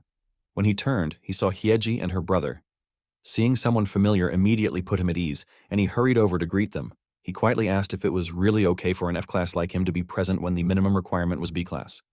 He remembered that he had registered with the User Association as an F-Class healer to hide his real identity. Hyeji simply pointed out that no F-Class healer used a C-Class healing skill. She also noted that debuff removal was essential for this raid, so the team was accepting participants without strict conditions. She then remarked that it was about time for the raid leader to arrive. Moments later, they heard footsteps approaching at a steady pace. The entire field fell silent as a man walked into view. The users stared in awe. Hyeji, grinning, introduced the newcomer as the raid leader of the Kainal Conquest team and the SS-class warrior of the Rank 1 Guild Daehan, Lee Haesung. Haesung addressed the group, stating that before beginning the briefing for the Kainal raid, it was important to assess the individual capabilities of the raid members. He suggested starting with a warm-up and then turned to lead the way into the field. Hyeji beamed and remarked that the instructions were clear and concise. She asked if they were ready to get some revenge for what happened last time. Juyeon was struck by how no one questioned Hyeseung's blunt and somewhat rude tone. For him, though, it didn't feel rude. It was undeniably cool. A crazy kind of cool. Soon after, inside the D-Class field, lizard monsters charged toward them. Hyeseung swung his massive sword with ease, cutting them down effortlessly. Juyeon stared in admiration, thinking again how cool the man was. But he snapped back to reality when he realized that wielding a sword with his stats would be suicidal. With such low base stats, he was surviving largely thanks to the elemental ring. The magic route was clearly the safer choice. Still, there was something oddly familiar about holding a sword, even though he had no memories of ever doing so. He refocused on his role, healing injured users as they fought. He reminded himself that close-quarters combat was too dangerous for now, and that ranged magic was his safest option, at least until he found a way to raise his physical stats. And yet, his inner warrior teased him, asking if he really believed that. As Hyeseung fought at the front lines, a strong surge of magical presence filled the air, yet it wasn't coming from Hyeseung. Juyeon felt it inside himself. His inner warrior urged him not to waste his abilities in hiding. As they continued practicing, he saw what he was looking for. The Bloodstained Battle, Grade SS. The description explained that the skill was activated by drinking in the blood of defeated monsters. It absorbed the target's stats temporarily, though the effect disappeared 5 minutes after combat ended. If the user possessed an S-class or higher combat type unique trait, additional stats would be absorbed after the blood of 10 monsters was taken. Furthermore, if the user's strength reached 50 or higher, their magic power would increase by 10% of their strength. Juyeon grinned. He had just discovered a ridiculously powerful skill that could instantly raise his physical stats. Just a few minutes later, the field was littered with the corpses of defeated lizard monsters. But then, something began to stir beneath the lake. Without warning, a massive creature erupted from the water, the field boss of Seoul Grand Park's marshland, the Poison Lizard King. At the sight of the boss, the users immediately moved into position, preparing for battle. But before they could even launch an attack, Hyesung activated two powerful skills. First was Bloodstained Battle, and then Limit Break, a grade S skill that increased power attack by 1 rank for 60 seconds and boosted all stats by 5 if the user possessed an S rank or higher combat type unique trait. It required 580 mana and a minimum of 20 magic power. The Lizard King charged straight toward him, but just as it approached, Hyesung stepped forward, planting 1 foot firmly, and delivered a decisive slash with his sword. The strike landed before the boss could react, instantly killing the Poison Lizard King. Thanks to the kill, every user in the party received a permanent increase of 1 to their health. Juyeon's system panel updated as well, showing that Jade Beauty, grade B, had been registered in his boss skill list. Hyeji's brother stood in disbelief, stunned by how quickly the field boss had been taken down. Hyeji, with a grin, reminded him that she had nearly finished it off the last time. Her brother replied with exaggerated sarcasm, prompting her to lightly strike him with her staff in irritation. Juyeon, watching their exchange, asked Hyeji if users still received rewards even if they didn't actively hunt. She explained that, under normal circumstances, non-contributors wouldn't get any rewards. However, since Juyeon had been dispelling debuffs throughout the raid, his participation was deemed valid by the system. It finally clicked for him. This was how healers leveled up. He concluded that it was possibly the easiest job ever. Meanwhile, Hyesung calmly sheathed his sword and approached the group.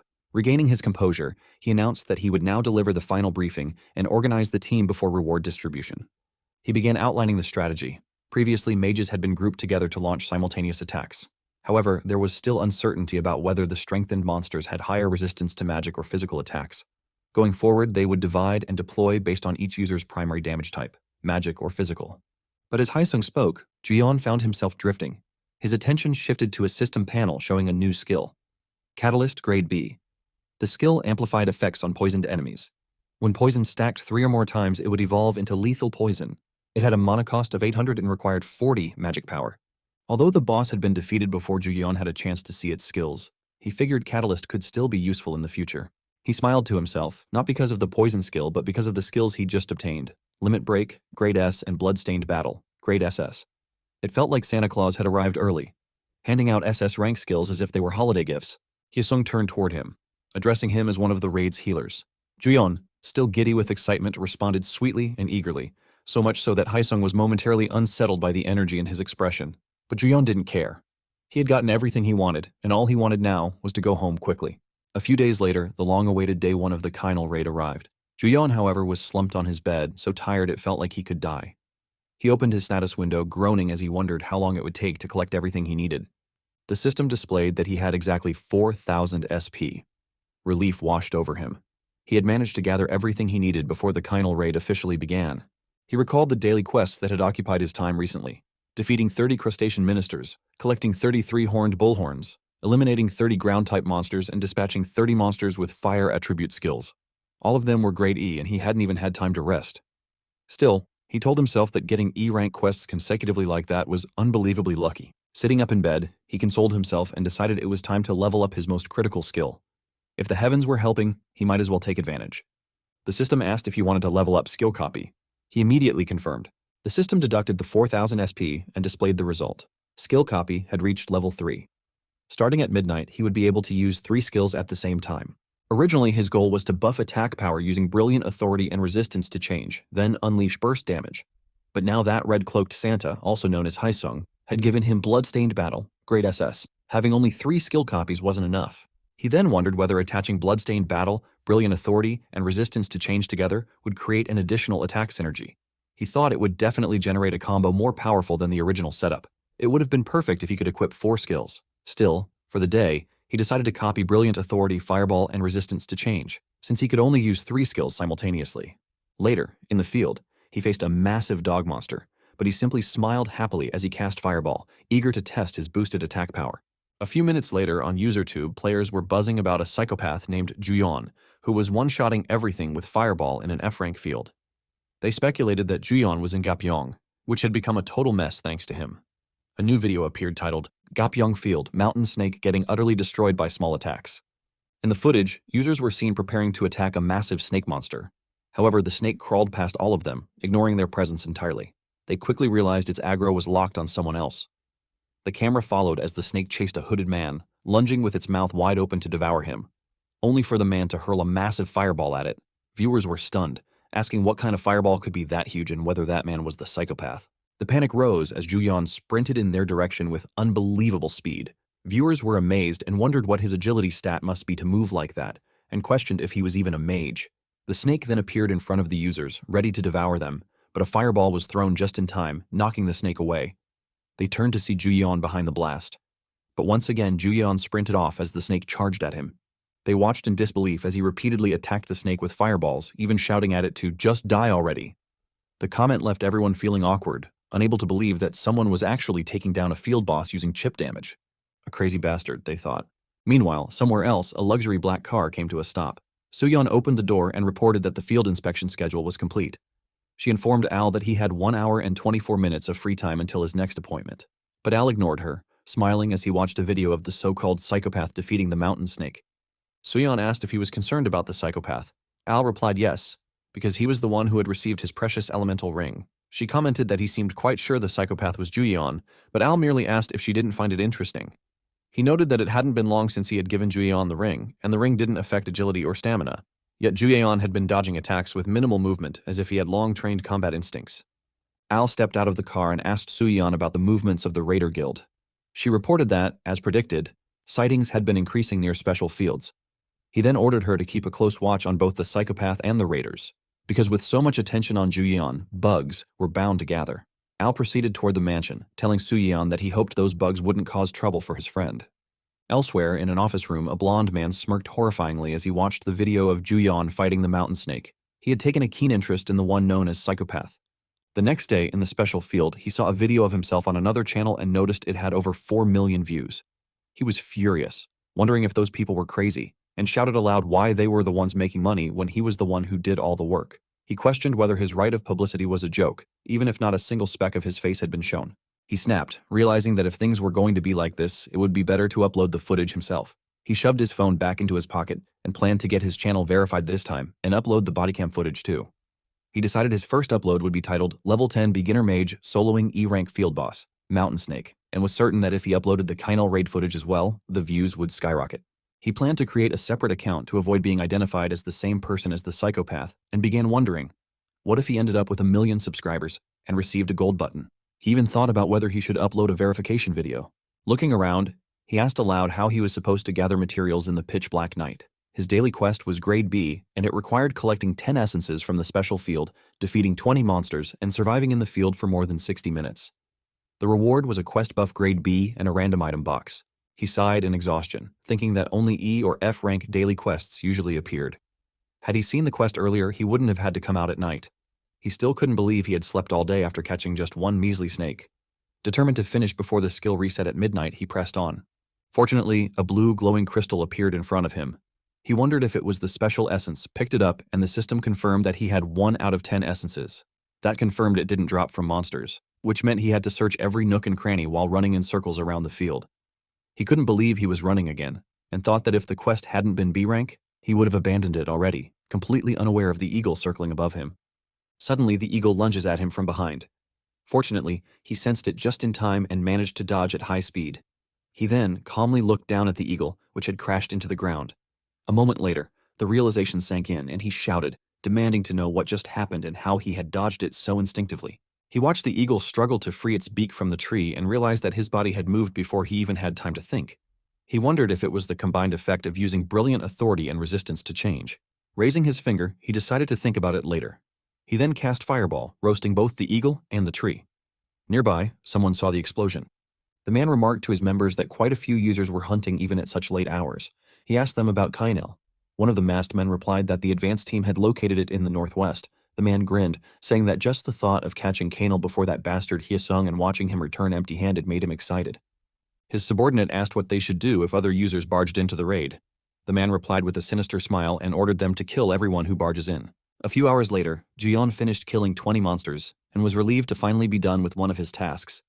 He then spotted another essence on the ground and was pleased to find that the essences were easier to locate than he had expected.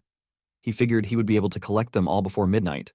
The system then notified him that he had collected 9 out of 10 essences, which made him even happier, especially since he had already completed the requirement of surviving in the field for over an hour. Now, he needed just 1 more essence to finish the daily quest. Suddenly, he heard a loud explosion nearby. He turned around in shock and saw Kainal being attacked from the air. He scratched his head in confusion, knowing that their guild raid wasn't scheduled until early the next morning. He watched as a group of users launched arrows at Kainal, focusing their attacks on its wings. He panicked, wondering what to do. At this rate, Kainal might get taken down before his guild even arrived. He considered contacting his guild members but realized it was probably too late, given the situation. However, he calmed down when he recalled that his quest was simply to attempt conquering the F-rank special field and to defeat Kainal, the master of Sky Island. The quest hadn't specified who he had to defeat Kainal with or how much he needed to contribute. He asked himself whether he really needed to defeat Kainal personally, and within seconds, decided to just observe and hitch a free ride. One of the masked users successfully struck Kainal's black wing with an arrow, causing Kainal to fall from the air. The users shouted that this was their chance and charged at Kainal. Kainal rose in fury, but he simply watched as the system displayed a notification. If Kainal's health drops below 50%, it becomes unable to fly and will corrupt one of its wings, adding the Condemn Grade E effect to all its attacks. Kainal then corrupted another white wing and entered its 3rd phase. It summoned a second longsword and swung both swords rapidly, sending clouds of dust sweeping across the battlefield. Juyeon shielded his eyes from the dust. Then, to his surprise, he found another essence nearby. He casually approached it, humming to himself, and remarking that today's mission really was easy money. Unaware that Kainal had just released a powerful energy surge and stabbed both swords into the ground. The resulting force rippled outward, knocking the masked users away close to his location. He looked up and saw 3 users floating in the air, wondering why they were headed his way while he was still holding the essence. The users hit the ground but quickly got up despite the pain, determined to check for other scattered members and regroup. One of the men called out to Juyeon, who had also been hit by the man, and demanded to know who he was. The man, disoriented, added that he'd lost his mind trying to find the mage. Juyeon, now holding a mask, asked the man to repeat what he said. The man shouted at him to get a grip, but Juyeon ignored him, staring at the mask in his hand, wondering what it was. The man then angrily asked what he was doing and ordered him to get over there quickly. Juyeon stammered a yes in reply, put the mask on, and shouted to the others that they should go together. Thinking that as long as he didn't get caught, everything would be fine. He silently thanked the original owner of the mask, whoever they were. The system then notified him that he had collected 10 essences from the special field and completed the daily quest. His unclaimed random item had been stored in his temporary inventory, and his quest buff had been applied as a reward. A moment later, the masked users continued their assault on Kainal, with powerful blue fireballs suddenly being hurled at the boss, severely injuring it. However, the masked users began asking where those fireballs were coming from. They hadn't seen them before.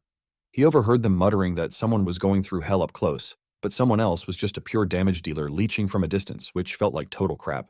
That's when it hit him. He was screwed.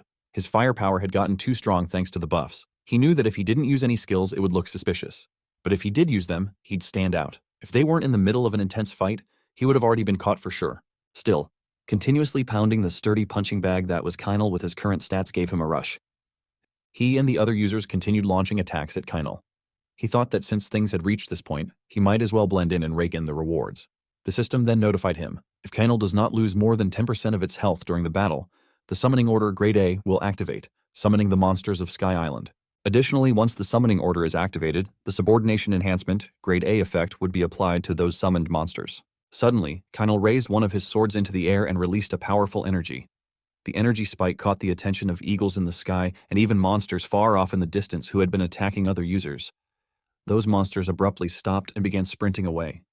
The users fighting them were left confused, wondering what was happening, and whether a raid had started nearby. They followed the trail of monsters and discovered the masked users engaged in combat with Kainal, but they knew full well that the announced raid wasn't supposed to happen that day. The masked leader grew frustrated seeing more and more people taking notice. When one of the ordinary users stepped forward to ask what they were doing, the masked man slashed him, and the man screamed as his blood splattered across the ground. The masked leader scowled and muttered that if Yesung found out, things would get irritating. He then ordered his men to deal with the outsiders as well. Panic spread among the onlookers as one of the ordinary users stammered, asking what was wrong with them, but the masked men gave no response. They simply cut them down without hesitation. Juyeon watched in horror. He couldn't believe it. These people weren't just stealing the boss, they were committing player killing. He realized he needed to get out of there immediately. These lunatics would kill anyone who got in their way. Just as one of the masked men was about to slash another user, a sword intercepted the attack. Hyesung had arrived, flanked by Hyeji, her brother, and others. Hyesung glared furiously at the masked men, and Juyeon knew right then he was completely and utterly screwed. The masked leader sneered and mocked Hyesung, saying a ragtag bunch like his couldn't possibly be the real raid party. He scoffed, asking what kind of lowlifes barge into a raid and act like they own it. That only enraged Hyesung further. He shouted back that they weren't just stealing the boss, they were killing innocent users. He declared that the masked group wouldn't have a leg to stand on, even if they died right then and there. With that, Hyesung lunged at them, yelling for them to die. The masked man behind Juyeon shoved him aside, shouting for him to get out of the way. Juyeon looked at them in shock as both groups clashed violently, and he panicked, wondering what he should do and where he should hide to survive the chaos. Suddenly, Kainal continued his assault, ordering his monsters to attack everyone indiscriminately. However, the masked men were more concerned about losing the final hit on Kainal. They grumbled that it was like cooking porridge only to feed it to a dog, and continued attacking the raid members, even as the summoned monsters attacked everyone without distinguishing between parties. Juyeon realized that they needed to bring Kainal down quickly to restore order. But with the raid's firepower scattered across the chaos, their overall damage output was lacking. At that moment, Hyesung activated Bloodstained Battle and began cutting down every masked user and monster in his path. Watching him, Juyeon suddenly got an idea on how to help finish off Kainal. Meanwhile, Hyeji was fighting at the back with her fire spear, slaying monsters while her brother protected her from the front. However, she didn't notice someone sneaking up behind her. Fortunately, just as the attacker was about to stab her, a powerful blue fireball struck the man and pushed him back. She turned quickly and saw it had come from a hooded man in a mask, wielding fire magic, without realizing it was Juyeon. Her brother, alarmed, rushed over and asked if she was okay and what had happened. Hyeji replied that the masked mage had attacked his own side to save her. Her brother looked at Juyeon with suspicion, unable to believe it. A few minutes later, Juyeon was dodging attacks from both allies and enemies, careful not to retaliate. He knew they had to hold on just a bit longer. As the clock neared 11:58, he told himself to wait just a little more. He continued killing monsters with fireballs, then bolted when one of the raid members attempted to attack him. The moment the system clock struck midnight, he sighed in relief and immediately activated Skill Copy to duplicate Hyesung's Bloodstained Battle, which instantly increased all of his stats by 20%. Pointing forward, he launched a massively enhanced fireball, incinerating the monsters in front of Hyesung. Thanks to that, he secured 20 kills and increased his Bloodstained Battle effect by another 2%. Hyesung shot him a glare, clearly irritated, but ultimately let it slide and turned to attack monsters on the opposite side. As Juyeon fought, he realized that if the monsters kept respawning, the skill's effect would continue to stack. Since Bloodstained Battle increased stats by 2% per kill, it was even more broken than Resistance to Change, which only increased stats by a fixed value. Juyeon then launched an advanced fireball at Kainal, bidding it farewell. The blast landed successfully, triggering a massive explosion that rocked the battlefield. Moments later, the monsters had been wiped out, and Kainal was down on one knee. The raid members, seeing Kainal motionless, asked whether they could go in for the kill. But Juyeon cursed loudly as he caught sight of Kainal's red, furious eye. He knew it was entering its final phase. Kainal drew a spear and gripped its handle tightly. Then, slamming it into the ground, a powerful force erupted and spread across the entire Sky Island. Juyeon did his best to shield himself, but the energy was too overwhelming. He knew that if they couldn't endure this, they were done for. Suddenly, Hyeji's brother appeared in front of him and activated a protective barrier, shielding Juyeon from the blast. As the force shattered Juyeon's mask, he stared at him in disbelief. But Hyeji's brother simply said calmly, "He owe him one." The ground around Kainal shattered into fragments as the boss scanned its surroundings for any remaining life forms. It was startled when the sound of a barrier breaking came from above and spotted Hyeji's brother and Juyeon nearby. Juyeon raised his hand, gathering magic, and began forming a fireball. Pouring in more mana, he expanded the fireball until it was as large as a globe. Without hesitation, he hurled it in Kainal's direction. Recognizing the threat, Kainal understood that defeat was imminent. Hyesung and the others braced themselves as the fireball struck, forcing Kainal back down to its knees. A moment later, the system confirmed the boss's death with a massive drop of loot items. Among the items, a glowing necklace stood out, clearly the indicator of a boss system reward. Tension escalated as Hyesung and the masked leader exchanged glances. Hyesung issued a cold warning, advising the masked man to step aside if he didn't want to die after being saved. The masked leader, visibly annoyed, questioned whether it wasn't obvious that their mage was the true MVP. His attention locked onto Juyeon, his thoughts turning to how he could eliminate the boy and reclaim the boss system prize. At that very moment, Juyeon received a system alert notifying him that he had completed his main quest and would be transferred to the tutorial field in 10 seconds to choose his rewards. He stared blankly at the message, then glanced at the masked leader, who clearly hadn't realized the extent of Juyeon's damage potential. Leaping from a nearby cliff, Juyeon landed directly on the pile of dropped items. Both Hyesung and the masked leader were stunned by his boldness. As Hyesung rushed forward, Juyeon called out to the group, asserting that they had clearly seen him finish off Kainal. He then picked up the necklace near the boss's corpse. The masked leader seethed, finally recognizing Juyeon as the psychopath user. With a triumphant grin, Juyeon declared the necklace his and thanked them all for the raid effort. Before anyone could stop him, he disappeared, leaving both Hyesung and the masked man grasping at air. Hyesung, feeling nothing but empty air where his sword had swung, cursed in frustration, accusing the boy of playing him. The masked leader, surprisingly calm, stated that they had been tricked. When Hyesung demanded an explanation, the man merely asked what else it could be, noting that everyone there had just been outsmarted by that psychopath. Still in disbelief, the masked leader couldn't accept that the boss system had been stolen from right under him. Meanwhile, Juyeon, now floating in space, was also trying to process what had just happened, unsure if he had truly pulled off such an outrageous move. The system then issued his rewards: 10,000 SP, 1 selectable detailed trait upgrade, and a random skill master reward box for completing the main quest. Additionally, he received 4,000 SP and activation of the 4th subtrait of his unique trait for completing the tutorial quest. It also confirmed that he had absorbed the soul of the special field boss Kanal, classified as Grade F, which granted a stat increase of +1 across the board, and the boss skill descendant, Grade A. Juyeon, stunned, muttered to himself in disbelief, overwhelmed by the flood of system notifications. Abruptly, the notification panel slid away, revealing a small fairy who addressed him as the Brave One. Juyeon stared in shock, but the fairy introduced herself calmly as Ego, his tutorial assistant. Still confused, he asked for clarification, to which she affirmed her role. Ego explained that she had been summoned to guide him through the tutorial process. Juyeon remained baffled, having never heard of a tutorial assistant before and unable to recall seeing any mention of one online. He speculated that perhaps it was a feature exclusive to EX grade unique traits. Ego then suggested they proceed with reward collection, and Juyeon, regaining his composure, agreed and thanked her. She twirled her hand in the air, and the system displayed the interface for choosing a detailed trait upgrade. Ego explained that trait upgrades functioned similarly to a second-class advancement, essentially adding detailed traits to existing ones. However, the explanation only left him more confused. She clarified further that he could select one of his current abilities and upgrade its detailed traits. She then displayed his skill master and skill copy traits in greater detail, asking which one he would prefer to enhance.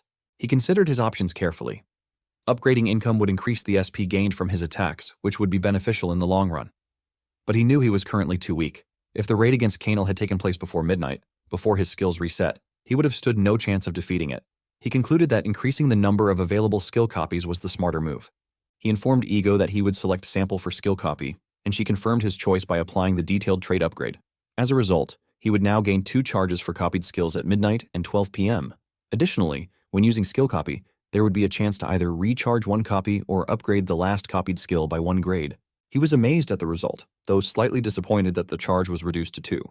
Still, with 4 copies a day, it was more than manageable. He then realized that with some luck, he might even reach up to 8 copies per day. Ego asked if he would like to check his other unclaimed rewards, to which he immediately agreed. She opened his random item box and drew out a fire explosion sword, Grade C. The weapon provided an additional +7 strength, +3 magic, and increased fire attribute mana infusion and skill power by 7%. He stared at the sword, reflecting on how everything seemed to revolve around fire attributes, even this reward. Ego then handed him a chest, his Skillmaster reward box, Grade C, from the main quest. Upon opening it, he received a bonus quest, Grade C. The objectives were to defeat 2 field bosses, eliminate 100 monsters, and spend 5,000 SP. The reward included 10,000 SP and plus 3 intelligence stat points, Grade D. He questioned whether it was truly an item, since it felt more like a quest, but decided it was an excellent deal considering the SP return. Next, Ego proceeded to apply the new subtrait reward, and he received the 4th subtrait of his unique trait. It granted a random option, Grade F, to any copied skill. He interpreted it as an extra attribute added to copied abilities and considered it a decent addition. He then raised Kanel's cursed necklace and told Ego that what he had truly been looking forward to was this item. The cursed necklace, Grade SS, provided a boost of +33 magic, +333 mana, 13% increased mana recovery, 13% increased skill power, and a 10% reduction in skill mana cost. Additionally, if his health dropped below 20%, mana recovery would increase by 200%, magic would increase by 33%, and all stats would receive a +5 boost while the necklace was equipped. He shouted in amazement at the sheer power of the stat bonuses and asked about the boss skill. If the boss system item was this strong, he wondered what kind of ability the boss skill held. The system then revealed Kanal's descendant, Grade A. When health fell below 10%, the user would enter a descent state, increasing all stats by 50% of their magic stat. All attacks would gain the Corruption, Grade C effect, and both health and mana would be restored. The descent would last 10 minutes and had a cooldown of 30 days. Reading this, he was left speechless. He realized that Kanal had essentially been a being of light, and he suspected that this might have been the final phase skill he had witnessed earlier. He was both irritated and relieved. If he hadn't defeated Kanal with Ultra Burst DPS during Bloodstained Battle, he would never have stood a chance against its post-descent form. He felt dizzy at the realization and reminded himself that this was effectively a reserve life with a 30-day cooldown. With 20,000 SP at his disposal, he decided to invest 15,000 SP into skill copy, increasing his sample level by 4. This upgrade allowed him to charge 3 skill copies at both midnight and noon, with continued chances to recharge one or upgrade a copied skill by 1 grade. Satisfied with this foundational enhancement, he moved on. He then spent 800 SP to upgrade efficiency, which reduced the mana cost of copied skills by 20%. He declared this as an investment in practical performance. Next, he invested 2,000 SP into the Blessing trait, which added 1 random unique trait, grade E, to each copied skill, enhancing overall robustness. Finally, he allocated 3,000 SP to improve his daily quest, which guaranteed quests of at least grade E every midnight. Energized by this investment in consistent growth, he celebrated his decisions, while Ego cheered in admiration. Moments later, he collapsed onto the floor of the spatial field in exhaustion, feeling satisfied that everything was finally settled. He asked Ego if there was anything left to do, expecting it to be the end. However, she told him that everything so far had simply been about claiming rewards. He stared at her in confusion. She calmly explained that what came next was the true start of the tutorial. Still unsure, he asked what she meant. She then asked if he remembered the final sentence of his main quest. Thinking for a moment, he recalled that it mentioned the survival of Earth and humanity. Sitting up abruptly, he asked what that meant. Ego responded with a chilling truth. This world was about to be destroyed by invaders from another dimension. The next day, a news reporter announced that Sky Island had naturally disappeared following the defeat of its boss, and the citizens in the affected area had once again reclaimed clear skies. She further reported that the gate connecting to Sky Island had vanished. However, a new spatial distortion phenomenon was now occurring, and experts could not rule out the possibility of the field mutating again. Hyesung addressed the media, acknowledging that while the incident may have already been leaked through video, their raid had suffered major setbacks due to a group that maliciously stole the boss. Despite that, the Kinal raid had been successfully completed. Immediately after the boss's defeat, the unidentified individuals had fled the scene. When asked by one of the reporters what the reward for defeating the special field boss had been, Hyesung stated that an increase in all stats was confirmed. Another reporter then asked if any boss items had dropped, a question that clearly agitated Hyesung. Without further comment, he turned away and told the press that he had nothing more to say. Elsewhere, Hyeji turned off the television and sighed in frustration. Her brother remarked that if the psychopath user were ever caught by Hyesung, the consequences might be deadly. Hyeji ignored him and attempted to call someone, but the call failed to connect. Her brother asked if she was still trying to reach that person and questioned whether her suspicion might be wrong. She replied that they should assume the robe was standard wizard equipment, but if the psychopath user's primary attack was fireball, then it changed everything. She called Juyeon again and grew visibly excited when he finally answered. Upon hearing his voice, she immediately got to the point and asked if he was the wizard who had helped during the Kinal raid. Shocked by the question, Juyeon nervously asked what she was talking about. Although he hadn't even set foot near the raid site, she explained that she had noticed the magic gear he was wearing closely resembled that of the psychopath. She had tried to approach him during the raid, but he disappeared before she had the chance. Worried, he insisted that he hadn't even gone near the raid and firmly denied being the psychopath. He expressed regret at not being able to join despite being invited. Then, citing that he was taking a shower, he told her he had to end the call and remarked that since the call couldn't come through the shower, it would be better to leave it there. Her reaction made it clear that she had already figured out he was acting suspiciously. Meanwhile, in a luxury hotel, Juyeon was relaxing in a bathtub, thinking she probably wouldn't call back now that he had answered. He checked the call history from Hyeji, wondering who had the stamina to keep calling once a minute. He hadn't wanted to answer earlier because he was already overwhelmed by everything, especially the disturbing reminder from Ego that the world was about to be invaded by entities from another dimension. Ego, however, had reassured him not to worry. She had reminded him that he possessed a special power, Skill Master. She explained that this power was a subordinate authority of reality-altering abilities granted only to divine beings. It was in essence a divine gift uniquely meant for him. Still skeptical, he questioned why he had such a power and whether he was supposed to be some kind of god or chosen one. It didn't sit right with him, especially since he had always lived a disciplined and honest life, including his time in the military. Ego admitted that the situation was indeed confusing, but told him not to overthink it. She pointed out that he had already achieved many things and had received numerous rewards for them. However, she added that now there was only one final choice left to make.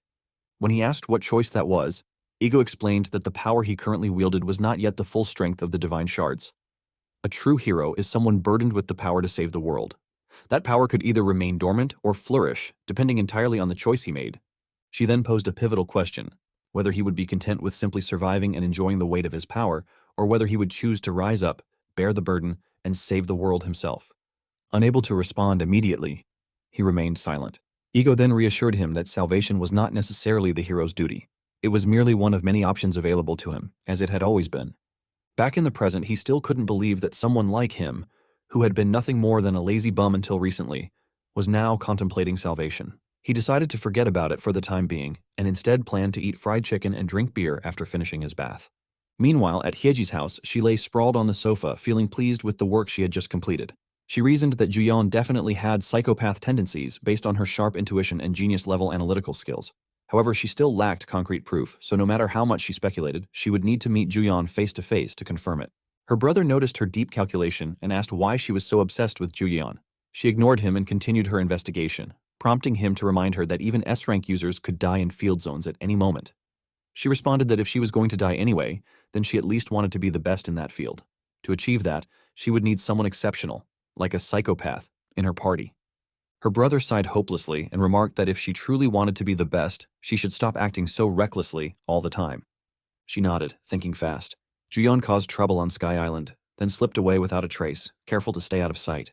She guessed he was under level 40, so he would skip busy places and look for a quiet D-grade field far from Seoul. Low on cash and without a car, he likely moved by bus or on foot. With all those deductions, she proudly told her brother that if she narrowed the range accordingly, she expected Juyeon would soon appear at a D-grade spider cave near the metropolitan area. Her brother, however, didn't share her enthusiasm. After her lengthy explanation, he simply asked if she was being dumb and pointed out that things never went as smoothly as she imagined. Unfortunately for him, a few days later, they actually encountered Juyeon at the D-grade spider cave. Hyeji's brother stared at him in disbelief, unable to process that he had truly shown up. Juyeon insisted that he wasn't really hunting and claimed he had only come to look for healing items, but Hyeji responded cheerfully, saying she already knew the truth and told him to stop pretending. She then asked what he was hiding. Juyeon firmly replied that he was just a regular healer, but she pressed him again, questioning whether he was seriously going to continue the act. Juyeon, clearly frustrated, asked why she was acting that way toward him. Meanwhile, Hyeji's brother watched the exchange with mild disdain, thinking it was pathetic that a citizen was getting played by a punk. Tired of the back and forth, Hyeji's brother raised 5 fingers and told Juyeon he'd pay him 501 per hour, suggesting they just get moving. He placed a hand on Juyeon's shoulder, thinking it was pointless to waste time trying to convince Hyeji to change her mind. As Juyeon was about to object, the brother reminded him that they had agreed he'd pay off his debt. Juyeon looked at him in disbelief, pushed the man's hand off his shoulder, and sighed in frustration.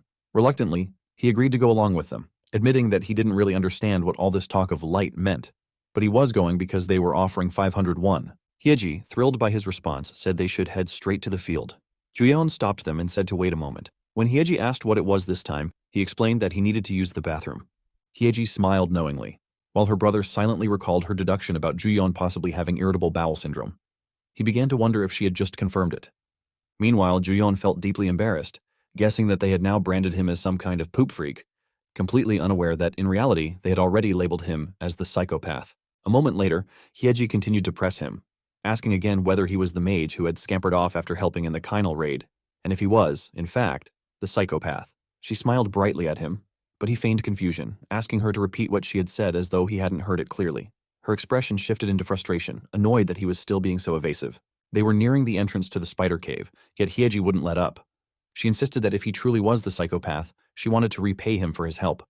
Since they worked in the same industry, she promised to keep his identity a secret no matter what. He wiped the sweat from his face, uneasy, but began piecing things together.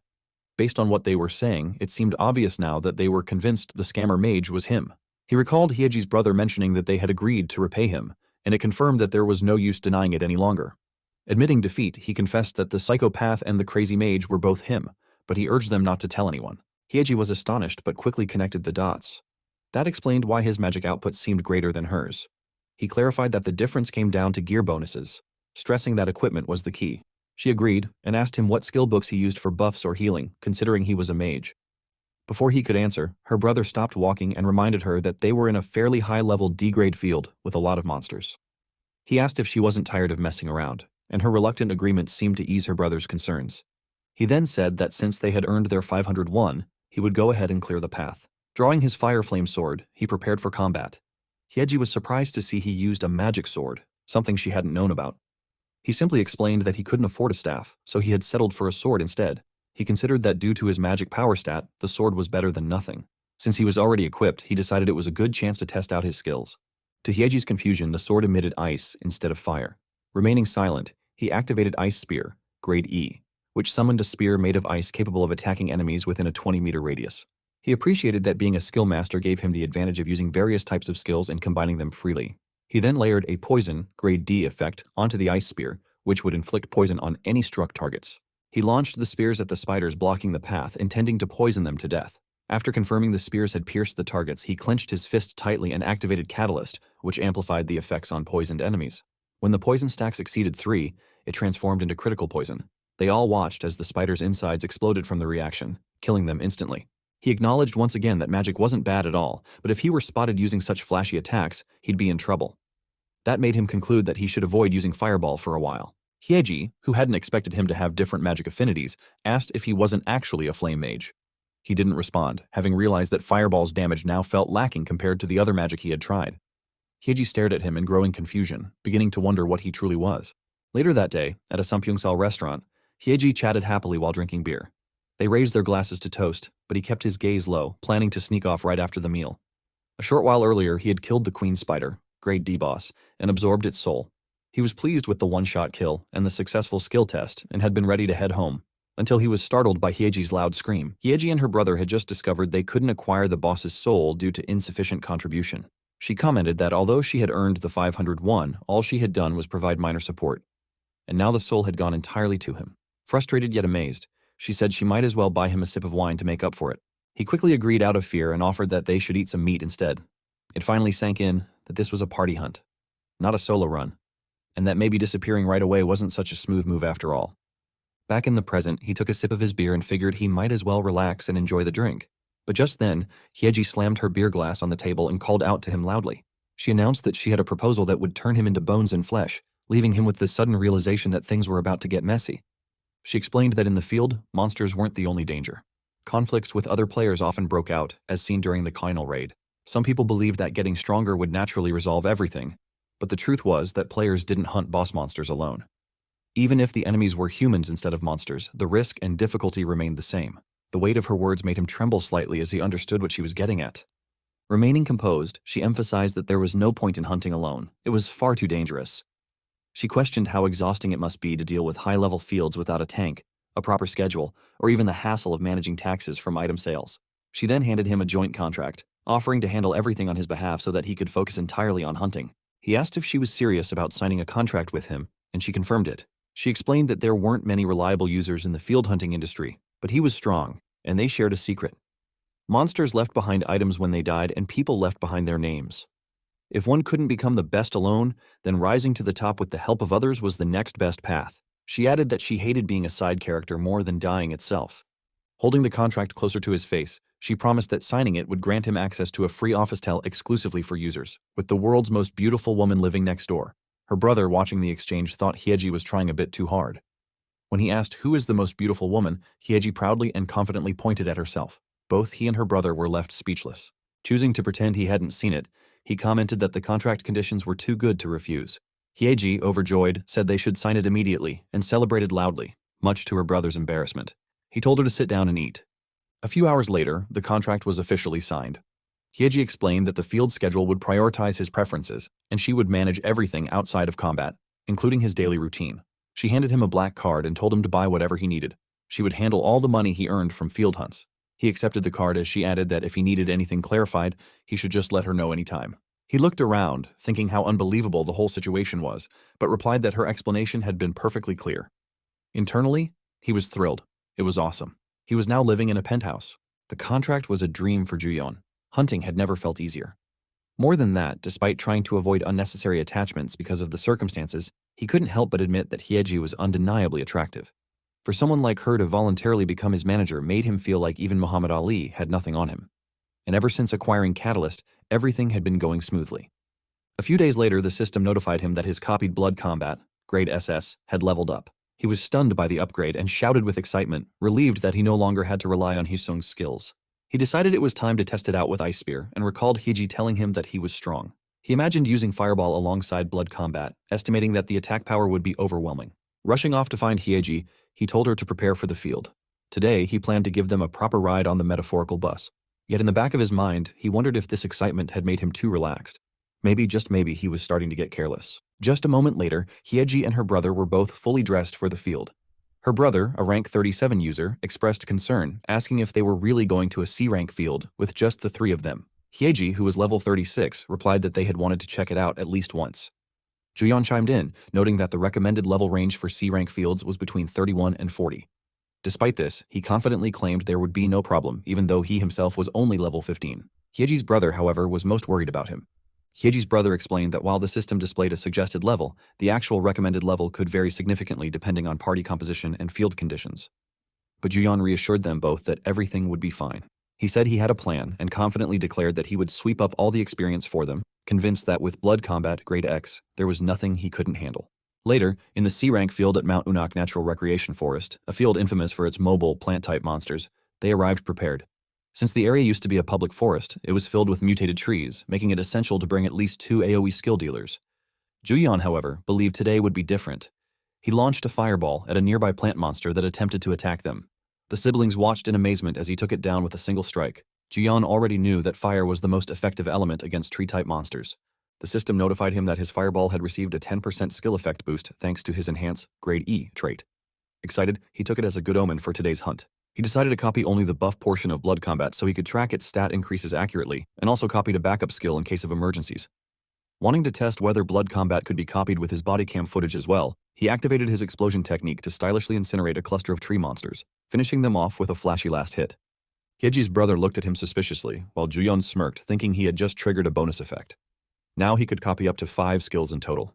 As he laughed softly and continued burning the trees, Hyeji listened and watched in silence. She saw how confidently he moved, shouting at the monsters to die as he released waves of fire. In that moment, she realized why users referred to him as the psychopath. While Juyeon remained focused on skill testing and hunting, he failed to notice a man in a suit watching him from a distance. The man reported through a device that the target's location had been confirmed and that the skill appearance matched the psychopath. Elsewhere, in an office, a sharp knife was hurled in a fit of anger. It struck the screen displaying Juyeon's image. The person watching demanded to know how Juyeon had dared to appear again so soon, especially with so little time having passed. The knife embedded in the screen marked the center of Juyeon's face, and the man seethed with fury, convinced that Juyeon had completely lost his sense of fear. The masked leader then spoke, his voice cold and full of menace. He said Juyeon had walked to his death on his own, and if that was his wish, then it would be granted. A moment later, they had made their way deeper into the C-rank field, and had just finished defeating another monster. Juyeon was busy picking up the dropped items, proudly declaring that his level was skyrocketing after jumping from level 15 to 17. As he sifted through the remains, he noticed something unusual inside the boss. A bone. Curiously, he picked it up, initially assuming it was an item, but froze in place the moment he realized it was a human bone. Horror overtook him, and he screamed, instantly drawing the siblings' attention. Hyeji asked what had happened, and he stuttered while explaining that he had found a corpse. Still in shock, he admitted he had let his guard down, thinking no one else was around, and nervously asked if he might have hit someone by accident. Hyeji bent down to examine the bone, calmly reassuring him while inspecting it. She explained that fire alone wouldn't reduce someone to a clean skeleton unless they were entirely incinerated into bone dust. She pointed out that there was no way someone would come into the field without armor or a weapon, suggesting instead that the person had likely been player killed and looted. She concluded that they should report it to the cleanup squad. He asked her why she was so calm about it, and she told him that murder happened far more often in the field than people realized. It was difficult to distinguish from cult activity, making it hard to track. When he asked if she had ever come close to being player killed herself, she brightly replied that she had, and that it was by someone from her own party. That revelation stunned him. She continued, explaining that while they were out hunting, a party member had suddenly tried to strike her from behind. She remarked that it was easier to tell enemies apart when fighting monsters since monsters were always enemies. Humans, on the other hand, could never be fully trusted. One never knew when someone might turn and loot a corpse. Then she smiled at him warmly and proudly asked if he agreed that she was pretty. The unexpected shift in topic confused him. She clarified that when she was attacked, it wasn't just the items they were after. That incident had been her first time killing someone. Her brother, already familiar with her stories, simply listened in silence. She then shouted that the trash who came at her basically begged to be killed, so the aftermath hadn't been as traumatic as she expected. She warned Juyeon to be careful, noting that there were plenty of lunatics roaming the field. She also reminded him that if things ever got dangerous, he should hide behind her brother. Juyeon, who knew he couldn't exactly reveal that his average physical stat was over 35, responded confidently, saying he didn't think he'd die even if Kainal showed up right now. Hyeji gave him points for his boldness and agreed with a nod. He tried to tell her that he was being serious, but just then, a small metallic device rolled to his feet. Confused, he looked down and saw the system notify him that it was a pheromone bomb, Grade B, a device filled with pheromones that applied a charm, Grade B effect, upon detonation. The bomb exploded moments later, releasing a cloud of potent pheromone powder into the air. Suddenly, tree monsters emerged from all directions and began converging on their location. Yeji's brother quickly recognized the danger and shouted that it was a monster wave, moving in front to defend them. He instructed the others to stay behind him for now. But Juyeon didn't listen. Ignoring the warning, he charged ahead, proclaiming that he could handle the monsters on his own. In his excitement, he didn't realize that someone had aimed an arrow at him. Just as he distanced himself from the siblings, the arrow was released and struck him in the nape. Though it didn't pierce his skin and fell to the ground harmlessly, he immediately realized it was an ambush. He scoffed, calling his attackers idiots for only using one arrow, clearly unaware of his physical stats. Unfortunately, the arrow had applied slow and pain, grade A effects, both of which would last for 3 minutes. His knees buckled beneath him, and he collapsed, trembling from the pain. As the world blurred around him, a man stepped out from the shadows with a broad grin, declaring with malicious glee that it was hunting time.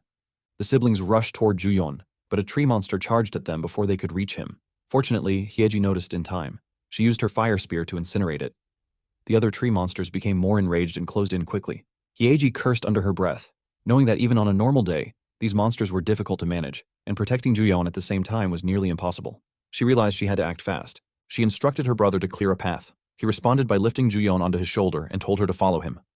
With sheer force, he began pushing through the tree monsters, shielding them while Hyeji continued burning the creatures from behind. Another pheromone bomb was thrown at them, but Hyeji reacted quickly and destroyed it with a burst of firestorm before it could detonate. She succeeded, but just then, the masked leader appeared. The masked figure confronted them, questioning where they thought they were going and accusing them of trying to flee without putting up a fight. Hyeji's brother demanded to know who he was.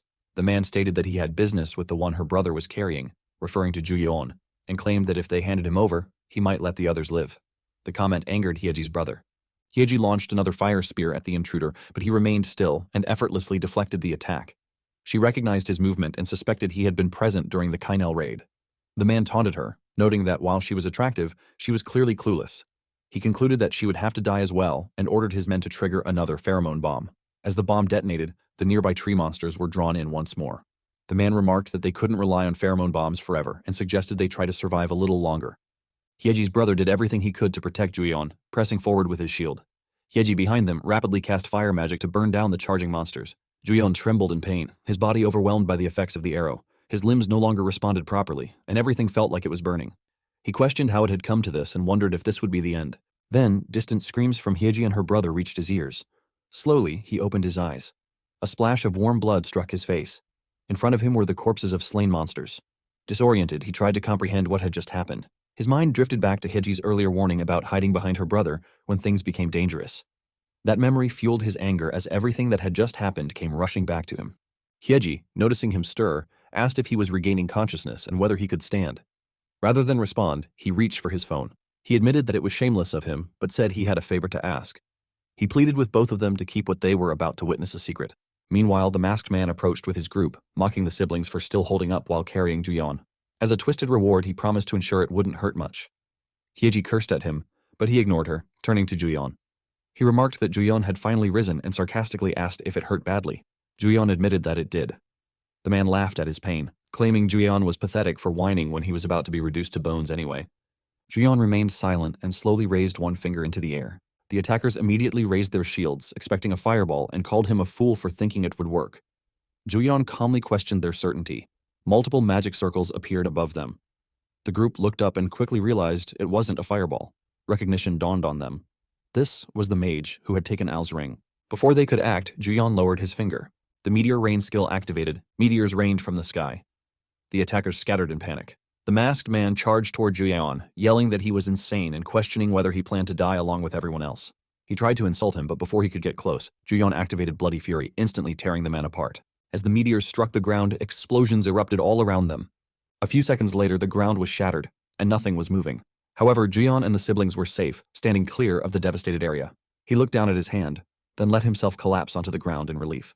After confirming they had survived, he realized that without the teleport skill, he would have died. Earlier, just past midnight, while adjusting his setup, he had copied Fireball and Explosion into Bloodstained Battle and noticed he had one skill slot left. He wondered what to fill it with and then saw a video of a user attempting to shoot an arrow at a bald man before teleporting away. He told himself it wasn't about lacking confidence in hunting but about preparing for emergencies. Everyone needed insurance. Without hesitation, he copied the teleport skill. The skill designated a mark on a target and when activated, allowed him to teleport to the marked location. He shouted in excitement at the discovery. It was essentially mass teleportation. Then, the system granted him additional bonuses, which thrilled him even more. With bonus slots now available, he couldn't help but dance, convinced that today must be his lucky day. Back in the present, the siblings looked at him suspiciously. He told them he would explain everything later. Hyeji agreed and, energized, encouraged them to pick up the items the attackers had dropped. But before they could move, they heard gasps from below. Users had gathered, staring up at the massive crater left in the ground, speculating whether Al had come through it because of the pit's enormous size. Juyeon, watching from above, realized he had saved his own life, but also knew it was now only a matter of time before his identity was discovered. He felt a wave of dread. He was truly in trouble. Just then, the system displayed a notification. He had reached level 20, and his unique sub-trait had been unlocked. It was skill storage, graded at S. Later, inside the penthouse, he explained everything to the siblings. However, they stared at him in confusion. Hyeji asked if he had said Skill Master. He confirmed and clarified that it was an EX class that allowed him to copy and use all types of skills. Hyeji, surprised, asked if that was why he could use healing, damage, and buffs all at once, and if he could even use her skills. He told her it was possible. She pointed at her brother in disbelief and asked if he could copy even the skills her brother possessed. He confirmed again, but noted that being a tank without the right gear was still difficult. Intrigued, she questioned whether such a class was even possible and asked how many skills he could copy. He told her that the details were a secret, leaving her disappointed. Her brother then shifted the conversation to a more serious note, asking if Juyeon knew anything about the group that had attacked them. Juyeon responded that he believed they were the same people involved in the Kinal raid. Hyeji added that she had a hunch about their origin. When her brother asked where she thought they were from, she answered, "The Raider Guild." She went on to explain that he had probably heard of them, as there were rumors of a group collecting boss-level items. Juyeon agreed and mentioned that he had even encountered them once. Hyeji revealed that the group had once offered to recruit them, but only under the condition that they hand over any boss drops. That group had been the Raider Guild. He then asked how that connected to the player-killing group. Hyeji explained that among the items recovered from their attackers were several boss-tier items. Given the low drop rates of such items, it was rare, if not impossible, for multiple groups to gather them unless something else was at play. She added that the Raider Guild was a global organization with branches all over the world, and that they didn't even know who their true leader was. Upon hearing that he had made enemies with such a group, Juyeon turned pale with fear. A moment later, he finally lay down on Hyeji's large, soft bed, realizing that he had stirred up far too many incidents. His identity was on the verge of being exposed. He reminded himself that he needed to become stronger before that happened, and his best chance would be through skill rank-ups. He opened his status window. It displayed a total of 30,000 SP. He felt relieved. His steady accumulation of SP from daily quests had paid off. He knew he needed to ensure a consistent supply of SP, just in case completing daily quests became difficult in the future. He used 5,000 SP to level up his unique trait, Skill Master, to level 1. This upgrade increased his passive income to level 4, now giving him 1,000 SP every 24 hours at midnight. Still, he quietly wished SP would accumulate on its own while he was simply lying down. To reward the skill that had contributed the most during the recent battle, he used his remaining 25,000 SP on enhancing the blessing of his Skill Master trait. It leveled up from 2 to 3. With the upgrade, it now randomly granted 2 unique traits to a copied skill, allowing one of them to be selected and applied. Feeling refreshed, he leaned back and considered whether D-grade traits must be incredible, especially since even E-grade traits had already proven significantly effective. Next, he accessed his new unique trait, Skill Storage, rated grade S. The description indicated that it allowed him to use 1 copy count to store a skill. Stored skills would retain trait grants and maintain blue level effects or higher until replaced. However, storing a new skill would consume 1 copy count, and copy count recharge would not apply. He sighed, thinking that if only he had unlocked this earlier, he could have permanently saved Bloodstained Battle at grade EX. He also knew that copying via video only replicated the skill at its original grade. Despite that, he already knew what skill he wanted to store. He chose Resistance to Change. The skill storage applied an amplification effect at grade D and added an F-grade optional trait. Now that the skill was stored, he could use it unlimited times from storage. He also decided to store Radiant Power and Bloodstained Battle. His plan was to keep rolling for rank-up bonuses through copying and to spend the next few days resting while doing so. Unfortunately for him, that rest was short-lived. Just a few hours later, he found himself standing beside the siblings in front of Muhammad Al. Al greeted them warmly, noting that it was their first time meeting in person. Juyeon panicked internally, wondering why Al had come to their house. He recalled that just as he had decided to rest, a visitor arrived, and to his surprise, it had been Al once again. Al acknowledged that Juyeon had caused quite a stir this time. However, he assured them that the rumors linking Juyeon to both the mage from the Canal battle and the notorious Psycho had been quietly handled so they wouldn't spread. Juyeon was about to express his thanks, but before he could, Hyeji thanked Al on his behalf and asked what his true reason for visiting was. Al responded that there was no need for suspicion. He simply wanted to hear his friend's thoughts. He informed them that the ones who had attacked them were from a global-scale guild known as Raider. Hyeji noted that Al knew of them too. Al continued, revealing that he was already at war with the Raider Guild and, through that conflict, had obtained some interesting intelligence. He explained that the Raider group was secretly gathering at the Ganjiam Resort ski field in search of a hidden treasure left behind by their mysterious leader. This revelation shocked Juyeon, but the Kim siblings remained wary. Hyeji asked why Al was sharing such critical information and questioned why he couldn't take action himself. Al apologized, explaining that although he was willing to share intel through casual conversations, his actions attracted far too much attention for direct involvement. Suyeon then reminded Al of his upcoming schedule, prompting him to prepare to leave. Al stood and lamented how the best moments always seem to end too quickly. He expressed his wish for a more relaxed conversation next time. Before departing, Al looked at Juyeon and told him that how they chose to use the information was entirely up to them. He expressed his hope to hear their decision, whether they would choose to wipe out the enemy together or prioritize their own safety. Meanwhile, in front of the open special field, Tower of Destruction Grade A, masked individuals gathered at the side, waiting for someone. Eventually, a figure emerged from the field, carrying something behind them. It was the Raider Guild leader, Lin Xiaolong, who calmly walked out, dragging the red corpse of a dragon behind her. One of the masked men respectfully greeted her and addressed her. In response, she raised a finger, slamming him against the wall with force. She corrected him, stating that the former guildmaster was dead, which meant she was now the head of the Raider Guild. From that moment forward, they were to refer to her as boss. She released the dragon's corpse and reported that the monster's attack patterns had been identified up to the 20th floor. She ordered them to begin analyzing the monster materials immediately. She then turned to one of her subordinates and asked about the suppression progress of the old man's faction. The man reported that 98% of the followers from the previous generation had been eliminated, with the remaining remnants scheduled for disposal soon. She commended him on the good work and stated that the old man's hidden treasure in Korea must still be untouched. She instructed them to proceed with retrieving it as planned. Everyone accepted her command without hesitation. As she walked, her thoughts turned to the changing era. The time of making money like powerless, monkey-like users was over. Now was the age of superpowers. Those who conquered special fields and seized boss items would hold true power. She was certain that the throne belonged to her. Meanwhile, Juyeon and the Kim siblings arrived at the ski resort. Juyeon was in awe. It was his first time seeing the place. Hyeji asked if the view wasn't stunning and commented that it was a shame they couldn't enjoy themselves because of the monsters. Hyeji excitedly declared that they should finish their task quickly and return later to have fun. However, her brother expressed concern, still uncertain whether it had been a good idea for just the three of them to come alone. Days earlier, Hyeji had proposed that they strike the Raider Guild first.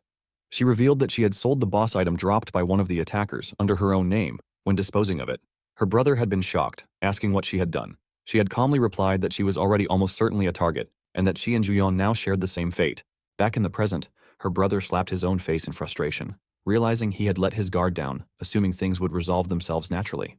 Hyeji gently asked what he was worried about, and assured him that everything would be fine. They were three veterans who had already been through thick and thin. Hyeji then sprinted toward the field entrance, informing the others that to enter they needed to head in the direction visible from the lift on that side. However, a man stepped in their way and warned them that the field was under the control of the Enjoy Guild. He told them to leave unless they wanted to die. Hyeji questioned whether they were part of the user association or what gave them the right to claim control over an open field. Her words stopped abruptly as the man casually swung his sword, slicing off a few strands of her hair. The man chuckled and reminded her again that the ski resort field belonged to their guild. Juyeon, watching from behind, felt anger rise within him. He knew he wasn't a hero, not yet. But he questioned whether he shouldn't be the one to protect the things he cared about. The man teasingly told Hyeji that if she was upset, she could come over for a hug, promising to soothe her personally since she was pretty. Hyeji's brother cursed under his breath and prepared to confront the man, but before he could move, Juyeon pulled up his hood and released his fire magic. He told himself that if someone pointed a sword at one of his people and he had the power to break that sword, then there was no reason to stay idle. He approached the group, fireball in hand, and those nearby began whispering in recognition. This was the infamous psychopath. He asked the group at the entrance whether control wasn't something that only those with real power could claim, and if they wanted a taste of what it really felt like to be controlled. The arrogant man stammered, insisting that their guild had arrived first, so the area was theirs. Juyeon responded by hurling a fireball in front of them as a warning. The man was shocked that he had actually thrown it. Juyeon warned them that if he ever saw them again, he would kill them. The men, now trembling, quickly nodded and ran off in fear. Hyeji looked at her brother and remarked that Juyeon seemed different from usual. Her brother, however, kept his eyes fixed on Juyeon. Hyeji then called out to Juyeon and told him that his display of dominance was insane. Juyeon glanced back awkwardly and replied, a little shyly, that perhaps he could be quite dominant. Juyeon found it strange himself. It had been his first time threatening someone, but he had done it flawlessly. He wondered if intimidation might actually be his hidden talent. At the same time, inside the field, the Enjoy Guild was battling monsters. After several minutes, they defeated the last wave. One of the members laughed and shouted how refreshing it felt to not have to share contribution points with anyone else. He remarked that they should have taken control of the field sooner. Just then, a powerful fireball was hurled at him. Fortunately, he managed to leap out of the way. Furious, he demanded to know who had attacked. The attacker, calm and unwavering, simply asked who he thought he was and said he was just someone there to hunt. The Enjoy Guild member, still angry, asked if the newcomer hadn't heard anything from outside and reminded him that the field was under their control. The stranger responded with only a smile, which made the guild member uneasy. He tried to de-escalate by suggesting the stranger leave, warning him that the area was filled with level 40 monsters and it wasn't worth the effort, as there were plenty of other fields. The stranger continued to walk closer, and then an older man appeared from behind, stating that they should see who actually ends up leaving. The old man's forces charged without hesitation and began slaughtering the Enjoy Guild members. The old man turned to his right-hand man and remarked on the abundance of useless trash. The right-hand man apologized for failing to detect the guild's presence earlier and reported that the Enjoy Guild had apparently started controlling the field. The old man gave a new order. He instructed his right-hand man to divide the team into 2 groups, to search and eliminate all obstacles so their mission wouldn't be disrupted. Looking up at the mountain in the distance, the old man declared that they must reach the deepest and highest point within the field. They had to find the imitation bracelet, and they had to do it quickly.